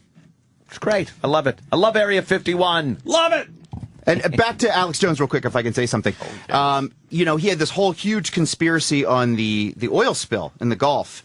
And it was supposedly all this stuff going on, and they had to use a nuclear bomb to cauterize the hole. And then all of a sudden, everything was fine, and nobody called him out on this conspiracy. And that's sort of some of the things I have a problem with Alex Jones with, is, stuff like that will just slide under the radar, and he'll just glaze over it. Dude, he has 5 days a week of radio to fill, or whatever his radio... There's a lot to... Like us, he's got to spew a lot of horse shit out to get to the end of his show. I don't know how many days he does, but yeah, it's exactly right. And Patrice has been on his show a couple times, too, I believe. You. So. I think you're right. Yeah. I would love to hear Patrice in with you guys and Alex. I think that'd be a good show. We'll get him back on. I mean, he was definitely good radio. By the way, you mentioned the oil spill. Where is it? BP had a hell of a quarter. Yes, they did. How do you have that $1 billion profits when you destroy the Gulf? Because they've made unbelievable billions of dollars. I don't know what the number is, but BP is one of the most profitable companies on the planet. Even after destroying the Gulf. They had to pay out billions in cleanup and reparations or whatever the fuck they want to call it. And they actually have made a profit. That's how big they are. They're giant. Unbelievable. They're giant. I don't have the number. I'm looking for it. Please, I hope the stock goes up. I'm so happy. What happened to Troy? He left. He quit. He tapped out. He tapped out. I've had it. I'm leaving. I want to know if he banged Stevie's mom. He's moving. He's moving. It's all mind control. He's moving. He didn't. He's coming back. Did you bang Stevie's mom? Oh. By the way, video doing very well on my YouTube channel, thanks to Troy, Opie Radio. That turned out funny. Yeah, well, we did a little. Turned out funny. Well, we did a little post thing with the video we did in studio. It worked out pretty well. But are you banging Stevie's mom? No, I haven't banged her. It actually got kind of. We don't want that to just be a radio bit. We want you to bang Stevie's mom. Right. It got really uncomfortable after the show. By the way, why? She wouldn't leave. Yeah, she was hanging around here. She wanted. But you know what she said? She wanted some cock. She wanted cock. Sam, did you want cock? I think so. She was very smitten by Troy. And who isn't? I go. Will you do it for the show, Troy? Troy. For the show? That's a rough one. Yeah, that's a rough one. You've done worse, Troy. Come on. Oh yeah, absolutely. I've absolutely done worse than that. If you're dressing like that, you've been in some cougar bars. I mean, you wouldn't do Stevie's mom for the show? For the show? Yeah, I'd have to do it for the show. I wouldn't be proud of it. It wouldn't be one of my finer moments. Look, this is not like every other radio show out there. This is not a radio bit. Are you going to attempt to do this for the show? Yeah, sure. Don't just say yes so it sounds like it's great radio. Yeah. We want you to really bang Stevie's mom. She really made me feel uncomfortable after the show, though. Wow. Yeah. She just wouldn't leave. She kept coming up to me. Oh, boy. She was trying to get a connection going. She wanted some cock. Or at least something where it's like, I don't want this to be just the end of it. She came up to me and was like, I just want you to know that I'm not usually that shy. And now that I know you... Whoa! And she said, now that I know you, I definitely won't be that shy. Oh, if you fuck Stevie. She was yelling at Stevie. She was like, Stevie, you don't have to get all carried away like that in there. We were just having a good time. Don't worry about it. And then I go up to her and I go, hey, I just want to make sure you're okay with all that stuff. We were just, that's just how the guys are. And she goes, oh my gosh, are you kidding? It's so much better here than I thought it would be. Which obviously Stevie's got to be the son cuckled. Yeah, she she was definitely hanging around. He's got to prep Troy. Oh yeah. How great would that be? Oh God. She tells the poor bat it's an ice cream cone. Go ahead, you blind zilch. Yeah, it was definitely weird. She wouldn't leave, and for some reason Stevie went running out crying, and she went running after him, and then she comes back alone. It was just a whole weird thing. He was crying? Yeah, I don't know what was going on. Oh, no. Do you know, Sam? I don't know anything about Stevie crying. I'm nice to see those fucking useless things in the front of his face do something. Yeah. They spit salty water out. Can we get Stevie on the phone? I want to know why he ran out of here crying Friday. We could try, but he generally doesn't pick his stupid phone up. Well, we'll try after the break. And I want Stevie's mom on the phone, too, because I want to get a little update after Friday's show, which I'll was give Stevie a call. Pretty amazing. All right, Troy. Cool. That's that. Damn. Where were we? Randy Quaid? And that's that. Randy Quaid sounding real crazy on GMA. Yeah, we didn't even that's where we were going. Wow. Troy agrees with Randy Quaid, I'm sure. Yeah. We have more audio of Randy Quaid on GMA after a little Carlin bit because it's it's election day. Now, there's one thing you might have noticed I don't complain about. Politicians. Everybody complains about politicians. Everybody says they suck. Yeah. Well, where do people think these politicians come from? They don't fall out of the sky. They don't pass through a membrane from another reality. They come from American parents and American families, American homes, American schools, American churches, American businesses, and American universities, and they're elected by American citizens. This is the best we can do, folks. This is what we have to offer. It's what our system produces. Garbage in, garbage out. If you have selfish, ignorant citizens, you're going to get selfish, ignorant leaders. And term limits ain't going to do you any good. You're just going to wind up with a brand new bunch of selfish, ignorant Americans. So maybe it's not the politicians who suck. Maybe something else sucks around here. Like the public. Yeah, the public sucks. There's a nice campaign slogan for somebody. The public sucks. Fuck hope. Fuck hope. Because if it's really just the fault of these politicians, then where are all the other bright people of conscience? Where are all the bright, honest, intelligent Americans ready to step in and save the nation and lead the way? We don't have people like that in this country. Everybody's at the mall. scratching his ass, picking his nose, taking his credit card out of his fanny pack and buying a pair of sneakers with lights in them.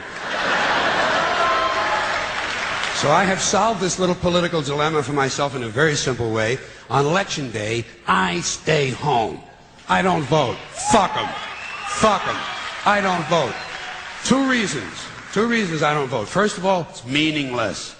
This country was bought and sold and paid for a long time ago. The shit they shuffle around every 4 years doesn't mean a fucking thing. And secondly, I don't vote because I believe if you vote, you have no right to complain. People like to twist that around, I know. They say, well, if you don't vote, you have no right to complain. But where's the logic in that?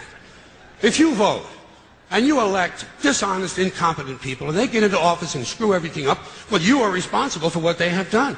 You caused the problem. You voted them in. You have no right to complain. I, on the other hand, who did not vote, who,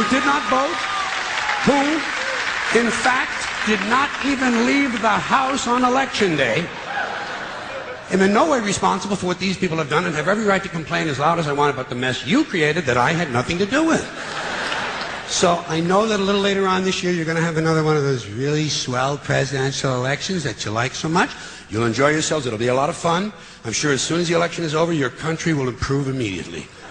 As for me, I'll be home on that day doing essentially the same thing as you. The only difference is when I get finished masturbating, I'm going to have a little something to show for it, folks. Thank you very much. Where were we? Randy Quaid on Good Morning America. Sounded like a crazy person with his girl there. The Quaids are now in Canada because they're living in fear. They're seeking asylum. Right. Should be mental asylum. Yeah. Oh, yeah. Good one. Good one, The Chip. law caught up with them in Canada last week when they were arrested and thrown in jail. The Quaids say they came here not to avoid the charges in California, but rather to save their lives. Who would be trying to kill us? An estate planner who had created a living trust and a county that could cash Randy's royalty stream forever. But why would they want to kill you? So that they could take the money. It's easier to take the money in that way. Has anyone threatened to kill you? They follow us. They tail us. They tag our cell phone. They hack our computer. Now with the internet, I mean, a celebrity is fair game, and it's all designed to sell advertising space. Wow, he's out of his mind. Wow. Is that drugs or psychosis? Who is the they? Like, is there a singular they? I wasn't even able to pick up on the they. Oh, no. I don't know. Wow. They smoke a lot of pot. It almost sounds like he's talking about, like, gossip blogs.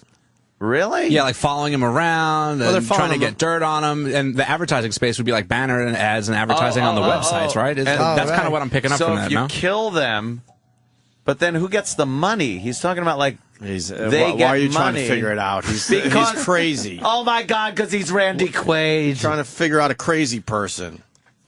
It is very possible that Heath Ledger could have been murdered, or Dave. Boy. Well, what? Is this Troy or is this Randy Quaid?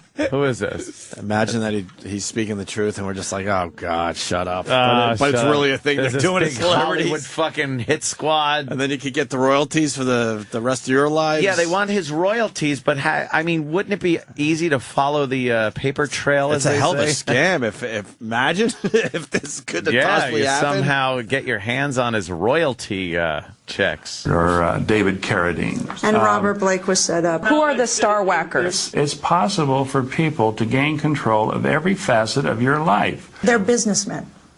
They're absolute And they businessmen. slowly get stoned. It's the mafia. It's organized crime. Are there any Hollywood celebrities out there who you feel should be very afraid right now?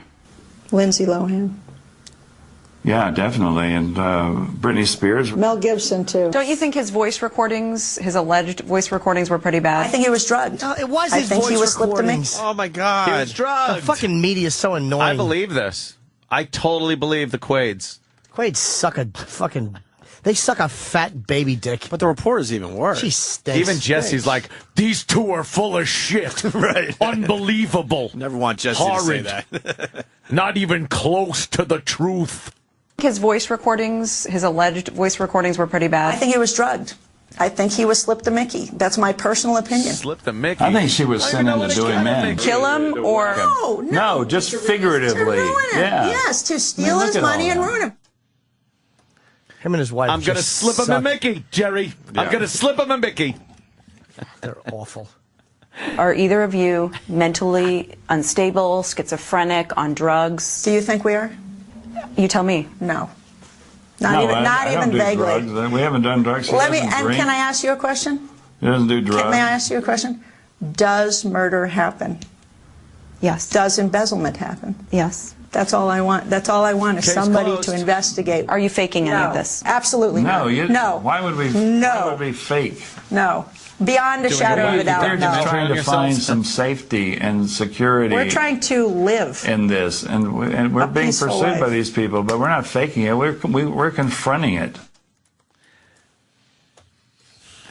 They really are crazy. I know, it's great. Like, who thought?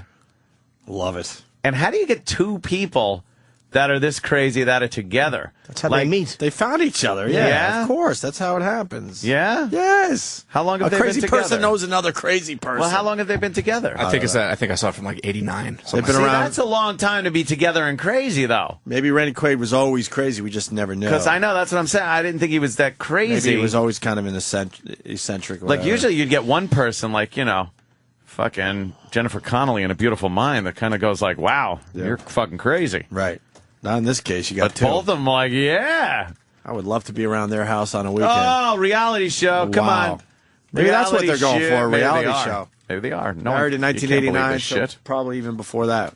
So they've been around with each other well over 20 years. All right, one more clip Bad here. shit stuff. I Have love you it. stolen from hotels? Yes. No. Towels and soap. No. But they claim financial advisors have stolen tens of millions of dollars from them. When we've gone, a day here, a day there, without anything to eat, okay, or a place to stay.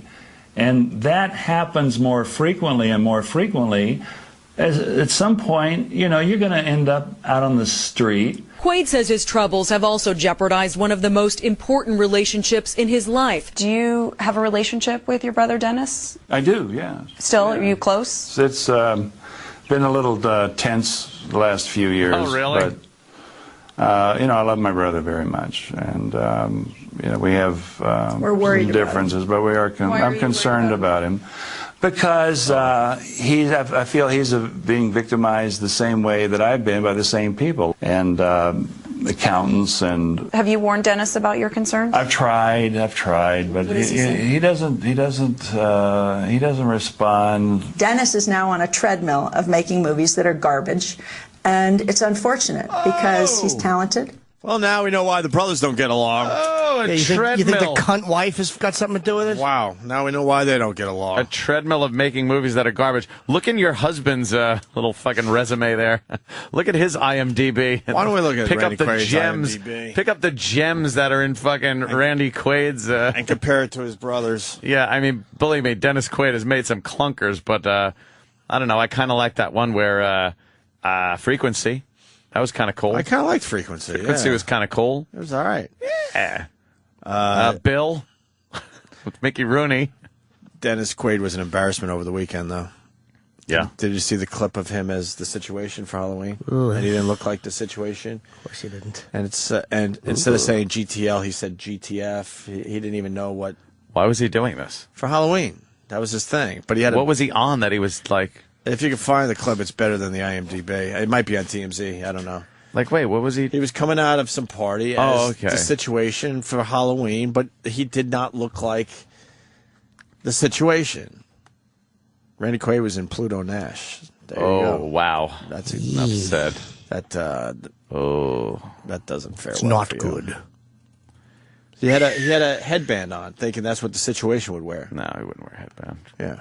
Then he had an open shirt, but it wasn't like the type of shirts the kids are wearing today. Oh, God, this is terrible. Yeah, I don't. Maybe we can find it really quickly. No, yeah, TMZ's got it, of course. Oh, God. Jim, you like TMZ? Not really.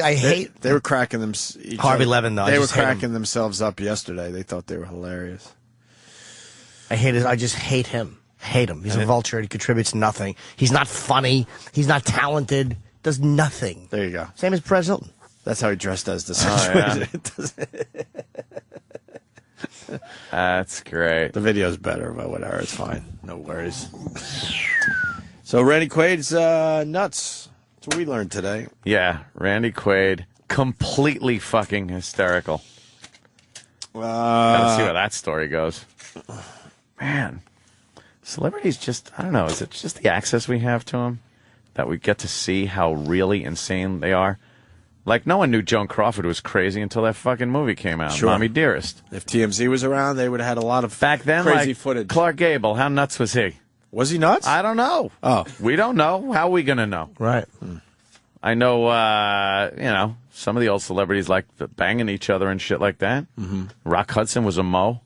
We didn't know that until he fucking came on camera with the AIDS. And said, wow, and then that's people the came AIDS. forward and you go, what the fuck is that? That's the gay. It's the gay. But earlier, No, they would yeah. have been like, The people best- would have been like, oh my God, he's so gay. The best go-to one ever was Liberace. Liberace. And the talk show host asking when he's going to settle down with a Oh good God, woman. when Mike Douglas or I know they one of them, I know they did things differently back then, but with Liberace, really, you're going to play that game? and they call him Lee. Right. So, Lee, when are you going to settle down? It's like, come on. You know, Lee, you've been on the road for so long. Well, I just love being in Vegas and playing the piano is just fabulous. But, Lee, there's got to be so many women just clamoring for you. Yes, it's just oh, Mike, what a chore it is for me. I know they weren't vultures back then, but you didn't have to play it totally. I know. I mean, come on. Like, come on, what are you, blind? And Regis does the same thing now. Yeah, he did it to who recently? I think it was American Idol fucking fruit. What? Wasn't it him? I Oh, don't know. Clay Aiken? No, the other. It might have been Clay Aiken, but no, the one that was on the more recent fruit. Oh, Lambert? Yeah, Adam Lambert. Adam Lambert, look at him with the makeup and the eyes, and that's what's that called? Metrosexual now. No, He's getting the girls, is what I'm talking about, isn't he?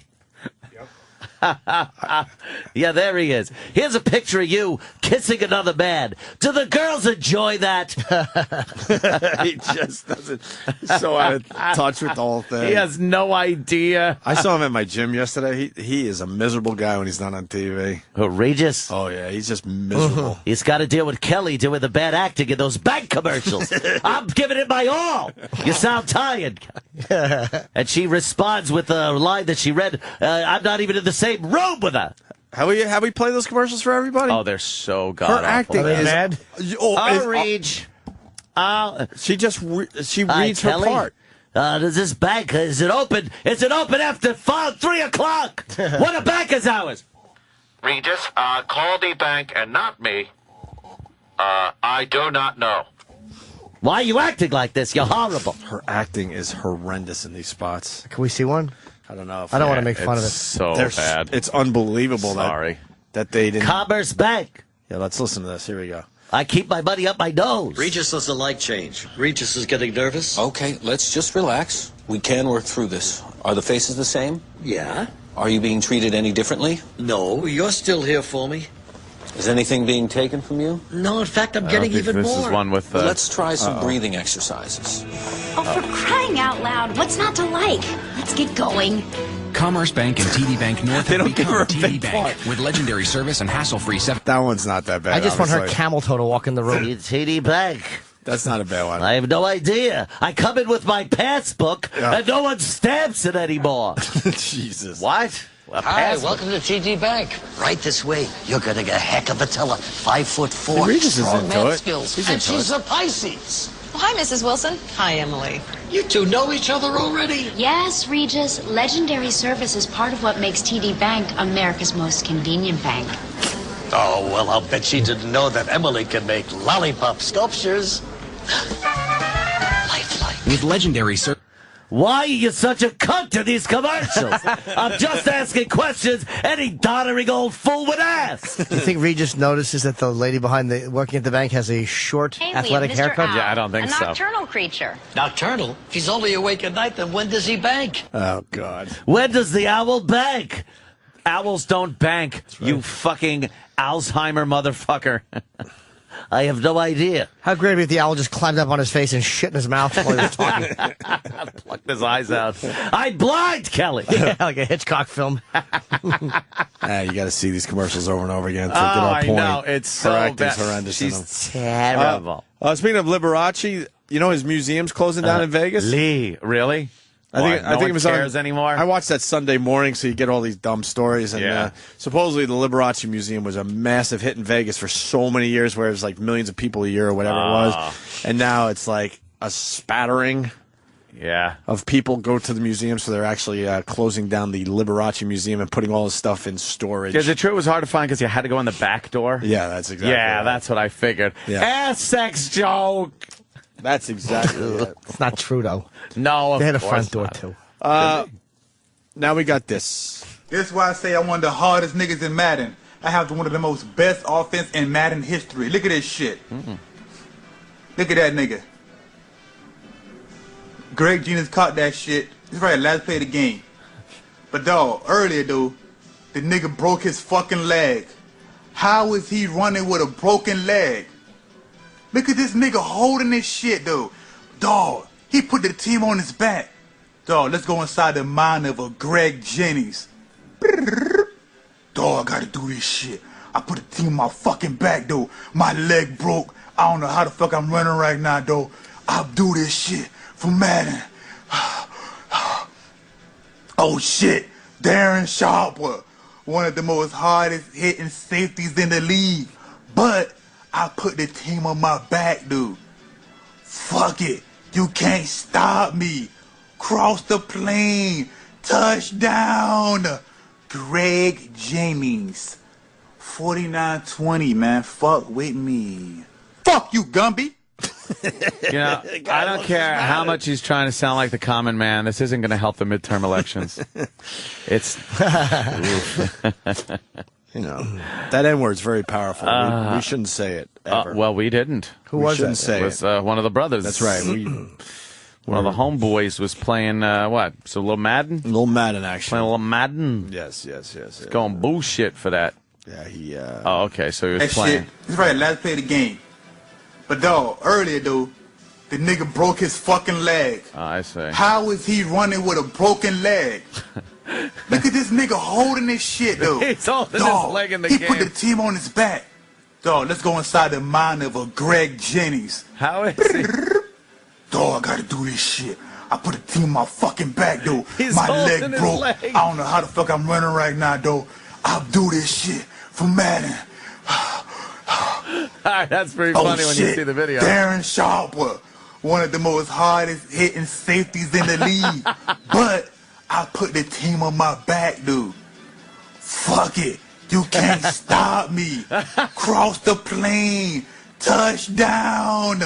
Greg Jennings. All right, with the video makes it's it way really better. fucking funny. You should check out the video today. He's doing a play-by-play It's everywhere. of Madden, a Madden game. Yeah. That's good. And likes that N-word. That's crazy. In person. That's That right. should be crazy. Crazy. Yo. What else is going on, I was trying man? to think of there was something else I was fucking watching, but God, it was one other thing that I was like, I should probably yap about that on the show, but yeah, well, it's gone in the cosmos. It'll come back. Yeah, I know. Lee sued a paper that said he was gay and won. Wow. Who did? Lee. Liberace? They used to call him Lee, right? Yeah. Oh, please. Of course, back then. Of course. A paper can't fucking print that. Now? Please. His ex-lover came out and said he was gay. Did he die of the AIDS? He might have died of the AIDS. No one actually dies of the AIDS. They die of the complications. Complications from the AIDS. From the AIDS. But AIDS that's is the fine. AIDS. That's what I say. It's from the AIDS. It's when you got the AIDS, it's always the AIDS winds up giving you something that you can't get over. No. Now this. Your 25 seconds on the clock, please. Your clock will start after I read the first question. Who's the Family Feud guy these days? Now, I don't know. I haven't watched Family Feud in a long time. What happened to, wasn't it the Seinfeld guy for a while? Yeah, and it was the neighbor from... from Home Improvement. Home Improvement for a while. Oh, that goes way back. And that was Richard Jennings. Oh, yeah. Oh. Yeah, this is like... Richard hosted Family Feud? It wasn't Richard Jennings. Ray Combs. Ray Combs, another guy that himself. decided he didn't want to be around. I think they replaced the Family Feud guy again. With a black guy? I think so. Yeah, whatever version of the feud this is, it's I can't think of the guy's name now. Louis Anderson, of course. Yeah, of course, Louis. They've had a lot of hosts. Richard Dawson. Why can't I think of his name? Yeah, it's Steve Harvey. There you go. Steve Harvey's the Family Feud guy. Now. Steve Harvey. Harvey. Do they flip his teeth over and have the answers on him? See, because they're giant choppers that he has. That fucking guy's book sold a shitload of copies. Oh, Steve Harvey is massive. Why? He's host Hot 97, I think. He's a morning host. He's very big with black audience. Books. Dude, he has a big... You think Steve Harvey is How funny? did he sell so many? As a stand-up, yeah. I do. He was a very funny stand-up. I haven't seen him in many years. But, yeah, I think he was a very a good comic. I think he got really religious, though, after a while. Like, I think he's religious now. He's talking about God and shit. We asked 100 men, name a part of your body that's bigger than it was when you were 16. Your penis.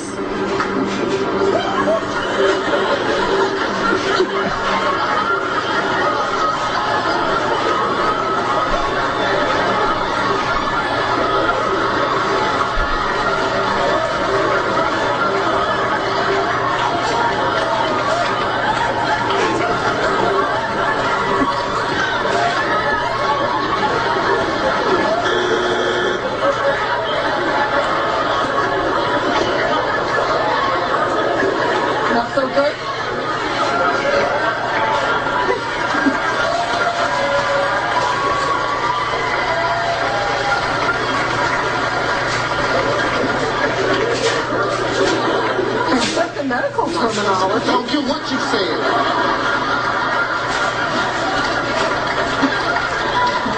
They said ding-ling, winky, any damn thing. What the hell? It ain't gonna sound right. The medical term is almost worse. A slang term would at least be your ding-a-ling, something. Your penis. Oh.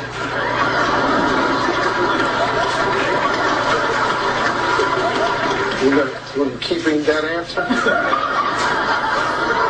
See, the point being, everyone lost their minds for a very long time because someone said penis on TV. Penis, they all giggle. The thing that really bothered me about that clip when I listened to it was, I mean, the question is posed in such a way to make you think in that direction. Of course. So, and then you're surprised that someone goes in that direction, right? And like there was like a solid 40 seconds of shock. Yeah. It's like someone said penis on TV. Was there some guffaw?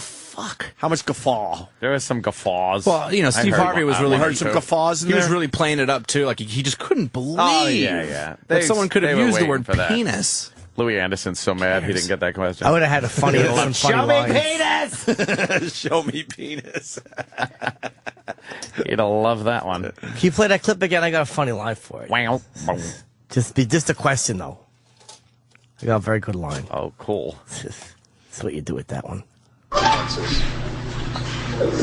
Your 25 seconds on the clock, please.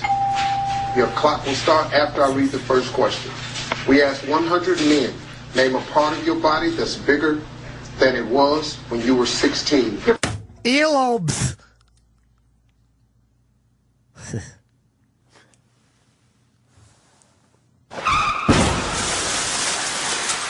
Oh, sorry. Earlobes. And it's 100 men. Like the men, like that wouldn't have been the number one answer, right? Unless they said without Taint. saying that your private part. That's the first thing that comes to your mind. Of course. What would you say? Your nose, your ears, your belly? I guess. Stomach. What else? Stomach. Earlobes would actually probably be a good. Your ears, anus. Your asshole skin stretched. Your breasts. Yeah, right. That would be funny if a guy said your ass. He goes, what do you mean, ass? Whoa! And he goes, well, the cancer stretched out the skin that usually holds the shit in. So now it just tumbles down the back of my leg. Every time I sneeze, I put a brown stripe on the back of my thighs. Yeah. Oh, fuck. I can't believe that show's still on TV. Exactly. I know. It seems like people really are have to enjoying be it there. still, too. So. Really? Well, they're enjoying it, or it would be gone. Fuck. I don't know. There are just some institutions out there that should go away. I can't take all the fucking. I hate all the judge shows. Those things suck ass. Did you see? And the doctor shows, the shrink shows that are on. Go back to the judge shows. Yeah. Danny probably saw this too. I wasn't sure if it was good or not to bring to the show. The woman that hums. Did you see that one, Danny? What? It went viral. Like, I guess they're going through a divorce. It's a TV show. Oh, it's a divorce court. And whenever things get a little intense, the woman hums because that's what her therapist said. And I'm not sure if it's funny. I'm going to be honest. But in a court of law. Well, it's not even a real court. Right. Dummies. If you can find the short version. Tell the judge to go fuck herself. It should be- She's retired. Yeah. Watch this. Tell me if this is funny or not. I don't Mr. know. Harper, you've come here asking for $1,760, which you say is enough money to pay for 16 therapy sessions. My lying and stealing and everything that I was doing, it was as a direct result. Now, Mrs. Hicks, you have a lovely voice, but I don't want to hear it now. I wasn't living with her. She wasn't letting me stay here, so I was going to Buffalo. So you're saying you have a problem with your anger? Yes, and I'm going to anger management class. That's right. That's what the humming is coming from. Oh, that's what the humming is for. It's an So that is to calm you when you are excited in a state of agitation. Your Honor. Oh my God. It's funny though. Here, but the woman and the Killer. ring are here. So we're going to bring in the woman and the ring.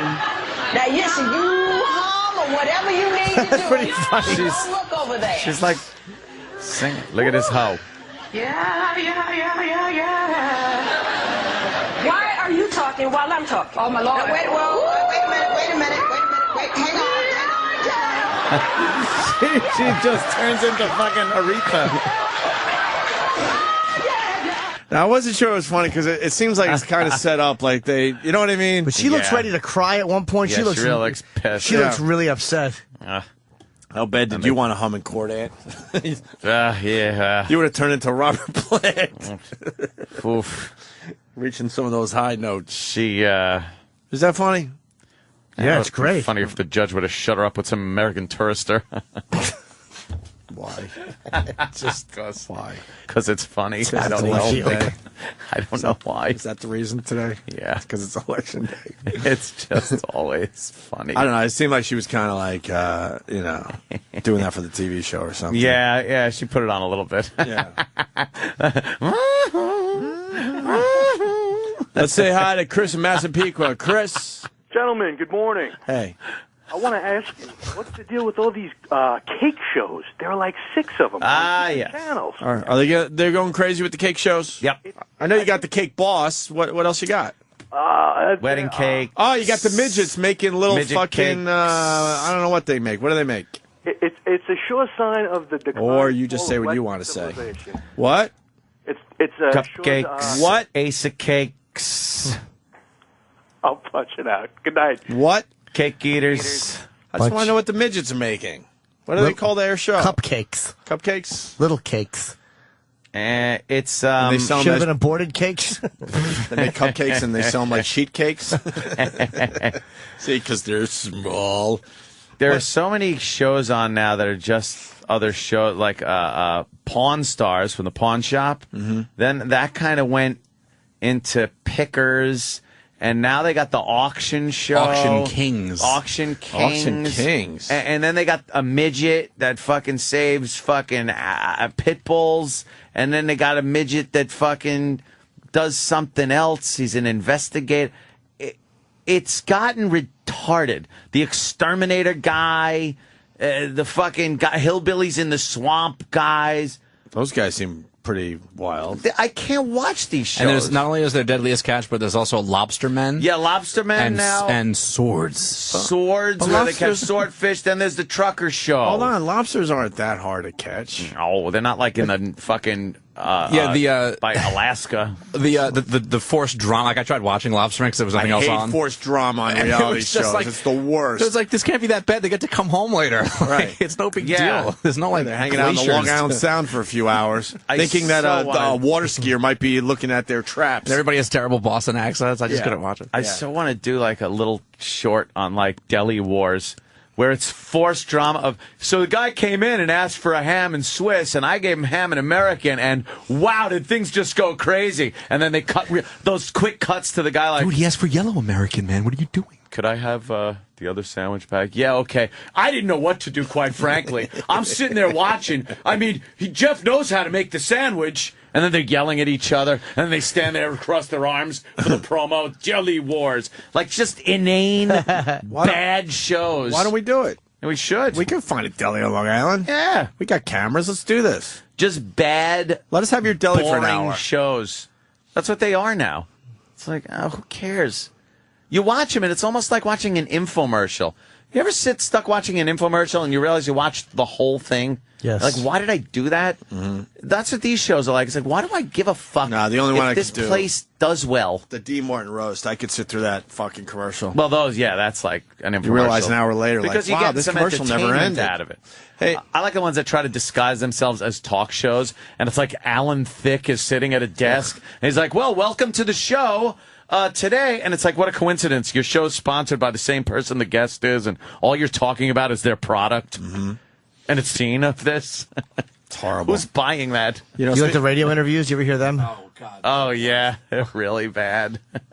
Oh, Clam Catchers. Thank you, Dog Shit Sniffer. Oh, Clam Catchers. Clam Catchers is going to be on TV soon. Isn't that just called Pal Talk? You see, you got Jersey Shore. You see the second Jersey show yet? No. Jerseylicious? No. Takes place at the Gatsby Salon in Hoboken. Really? Oh, yeah. Hoboken? You haven't lived until you've seen Jerseylicious. Jerseylicious. Capitalizing on that whole Jersey Shore thing. Yeah. And then Hoarders has another show called Hoarding Buried Alive, which isn't as good as Hoarders. Why? But, that sounds like show. It should be better. Nah. If they're being buried alive on top of being Hoarders, that's kind of cool. They get the B-list Hoarders, though. Like, Hoarders gets the A-list Hoarders. You go into places, a fucking shit heap. Hoarders Buried Alive is like, all right, yeah, I could still see some floor here. Right. Woman's cooking, for fuck's sake. Right. It's like a mansion. I want to see slobs. Oh, yeah, this is coming to TV. I forgot about this one. John in Jersey. John. Hey, what's going on, guys? Hi, John. What's up? What do you say about a bakery run by Klan members? You just call it sheet cakes. I didn't get it. You can't just go away like that. The hang-up is great. He's sad right now, you think? God damn. I want to play this again. The Ice Road Trucker, because we're talking about reality shows, whatever, had a great laugh when he was in studio. Yeah. And Derek and Danny put this together. On the ice roads of Alaska. Oh, hey, man, thank you so much for picking me up. Someone is playing a deadly game. I gotta tell you, man, most people wouldn't have stopped for a stranger. The good Lord puts different things in one's path every day. What? There's always things happening around me ever since I was young. Not good things, you know. This Halloween. Hey, what do you do? Oh, I'm scared a lot. I'm scared of the dark, too, but I go out there. Prepare for the thrill ride of a lifetime. 40,000 Americans a year die on the highways of America. The Trucker. I'm the funniest guy I know. That's pretty fucking twisted. That's really good. Hey, let's not forget about the big Jim Florentine roast. Yes. Going down tonight, 8 p.m. Comics Comedy Club here in New York City. Great cause, obviously, for Geraldo's kids. God, I wish we had a number for people just to donate to the fund. without going to the show tonight. There is because we're talking to America right now. Right. There is a way I can get information about tomorrow. All right. We'll have it for you tomorrow. But if you're in the area, it's a great show. Jimmy, you're performing tonight? I am roasting Jim. Yeah, roasting Jim with the rest of the gang. I think Levy is, and Don obviously, and Eddie from the show. Voss is hosting it. Bonnie's on. It's a great lineup. Otto and George, of course. And I think I'm going on early though because I have to. Bob Levy. Get up. We think so. We're not sure. Hopefully. Okay. Unless he might be out of town, but he might be up there. Okay. But it's going to be a great show. Yeah, it starts at 8 o'clock at Comics Comedy Club. That's 14th Street by 9th Avenue. Let me say hi to Wallace. Wallace. Hey, what's going on? What's up? Hey, man, I wanted to say, stop, man. The Crows are on. Oh, damn. Wait, what was that? I didn't say anything. It's a great line, bro. I heard you. All right, fine. I didn't think it was going to work, but all right, very good. Fuck. Let me say hi to David in Washington. David. Yo, hey, 2 points, boys.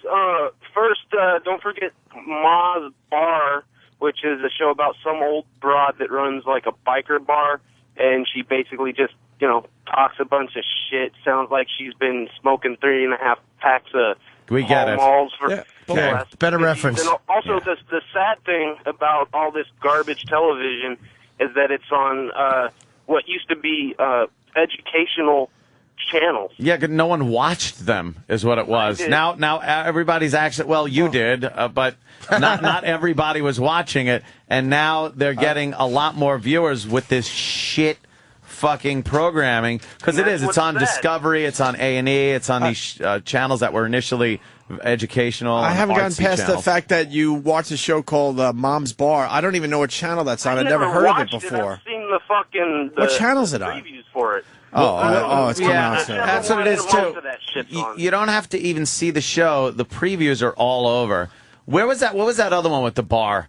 The fucking biker Cheers. bar. No. Well, I'm punching up. Someone will get good job, David. The biker bar? Oh, yeah. It's on True TV. It's called Ma's Roadhouse. Oh, God, that's terrible. No, it wasn't Coyote Ugly. It was the one with the fucking... the biker bar, and it's like, will they make enough money to keep the bar open? And who gave a shit? Like, who cared? I cared. I guess nobody, because they don't even know. It's the bar in Sturgis, yeah. Right? I don't know.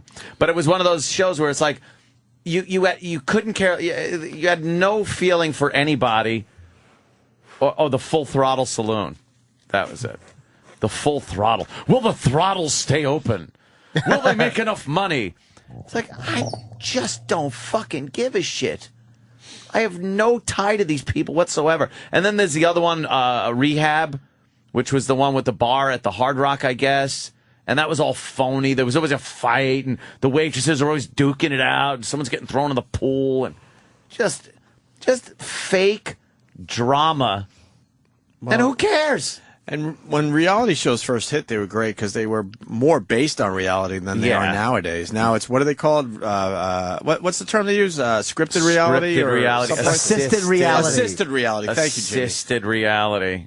Great. Yeah. It's just, it just sucks now. There's Jeff Dunham. We had him on the show, and we had that booking studio. That's so weird when the guest that we had is on TV. On Channel 5. Hey, does he have the puppet with it? Yes, he does. Look at him. He's got to sit there with the little puppet rascal. now. He's got to sit there with the puppet on that show. Hey, yeah, we've been saying this for years, and a little study came out. Drug experts say alcohol worse than crack or heroin. I've looked over this statistic, and it is bullshit. There is it's conditional. What do you mean? Well, if you look at the amount of people that drink and the dangers of drinking, which include drinking and driving, falling asleep, setting things on fire, drinking and hitting domestic your wife, violence, right? Things like that. Of course, you're going to get more instances of violence and death and crime and things like that from alcohol. But it's because it's legal, and there's so much of it out there, and more people are doing it. It is like saying more people die in car accidents than do in combine accidents. Yet I would assure you a combine is much more dangerous to be around than a car. It's true, but you don't serve combines at family functions, and there's not combine.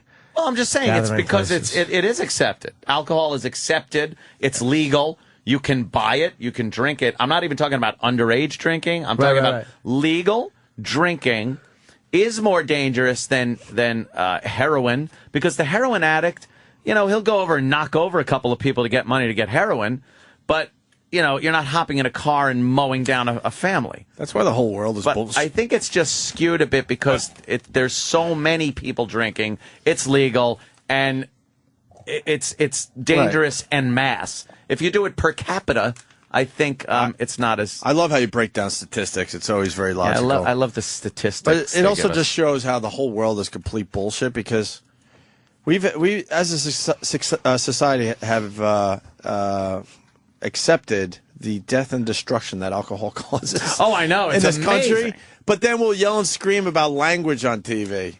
It's just language on TV. The whole thing is horseshit. Or even things like aspartame, which everybody's bringing up now. Oh my God, you drink some. I think Diet. Glenn Beck might be on our show talking about that very subject. You drink 30 friggin' Diet Cokes a day, and the shit's going to get to you. Right. Meanwhile, it's like people really don't have much of a problem. They got a problem with it, but not so much where. I guess because they tried it already once. They tried outlawing booze. It don't fucking work. Well, let's not outlaw language then. Let's not lose that. No, I don't think we should. I don't think we should outlaw booze. But you know what I'm saying? As a society, we have accepted it. Like, hey, we're going to allow drinking. We're going to advertise it all over the fucking place. And we're going to allow the fact that it causes a lot of problems in this country. Yeah. But then we will argue for hours if the word gay should be in a Ron Howard film. It's ridiculous. Yeah, it really is kind of crazy. Yes. I don't know. And then not legalizing pot is just silly. That's going to happen in our lifetime. It's just, I don't know. There's so many people against it. Yeah, people who are pro booze. There are people against it. Like I think didn't Cuomo come out? Who fucking cares what that daddy's boy thinks? Well, he's good because he's going to be the governor of New York. He said he's not for medical marijuana because he just sees more bad than good happening with it. It's like, tell that to someone who's fucking on chemo that just wants to smoke a joint so they're not puking up blood. But do you think more bad happens with alcohol than good? Oh, fuck yeah. All right, so why doesn't What's Cuomo the good that comes from alcohol? You that? just feel good. There's probably something else you could take that would make you feel good like that, some type of drug.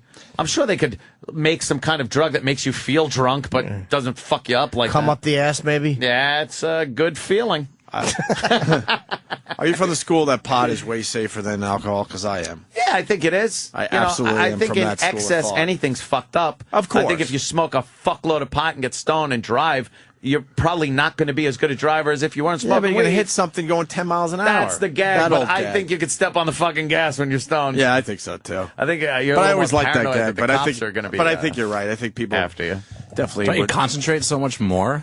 Yeah, you're like You're really, not texting so much. You're not sure fucking if around. But you're not sure if you're concentrating well. You're very focused though when you're on But pot. you think you are. I think you are though. I don't know. I think you're focused on the wrong shit. Like you'd be looking at your horn.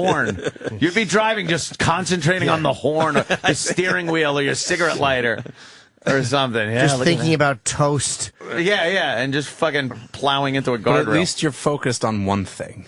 Yes. Whether it be toast or driving. And I love the people that say they've never been in a fight when they were high. People have been in fights when they were high. People smoke. Yeah, please. But I think it is safer than alcohol. Yeah, of course it is. I think so. There's no violence associated with it like there is with booze. Right. Yeah, booze gets people fucking really revved up. Like a lot of people can't drink without getting just fucking nasty. Yeah. And then hangovers are just like the worst thing. It's you have a good day, you waste a day. It's just a pain in the ass. If you really want to get toasted and have some fun or something. Did you waste a day over the weekend? No, actually, I wasn't that bad You did Sunday. all right? I was up by noon or so on Sunday. Yeah, but I didn't go to sleep until like 4, whatever it was. So, but it was fun. Had a good time. Mm-hmm.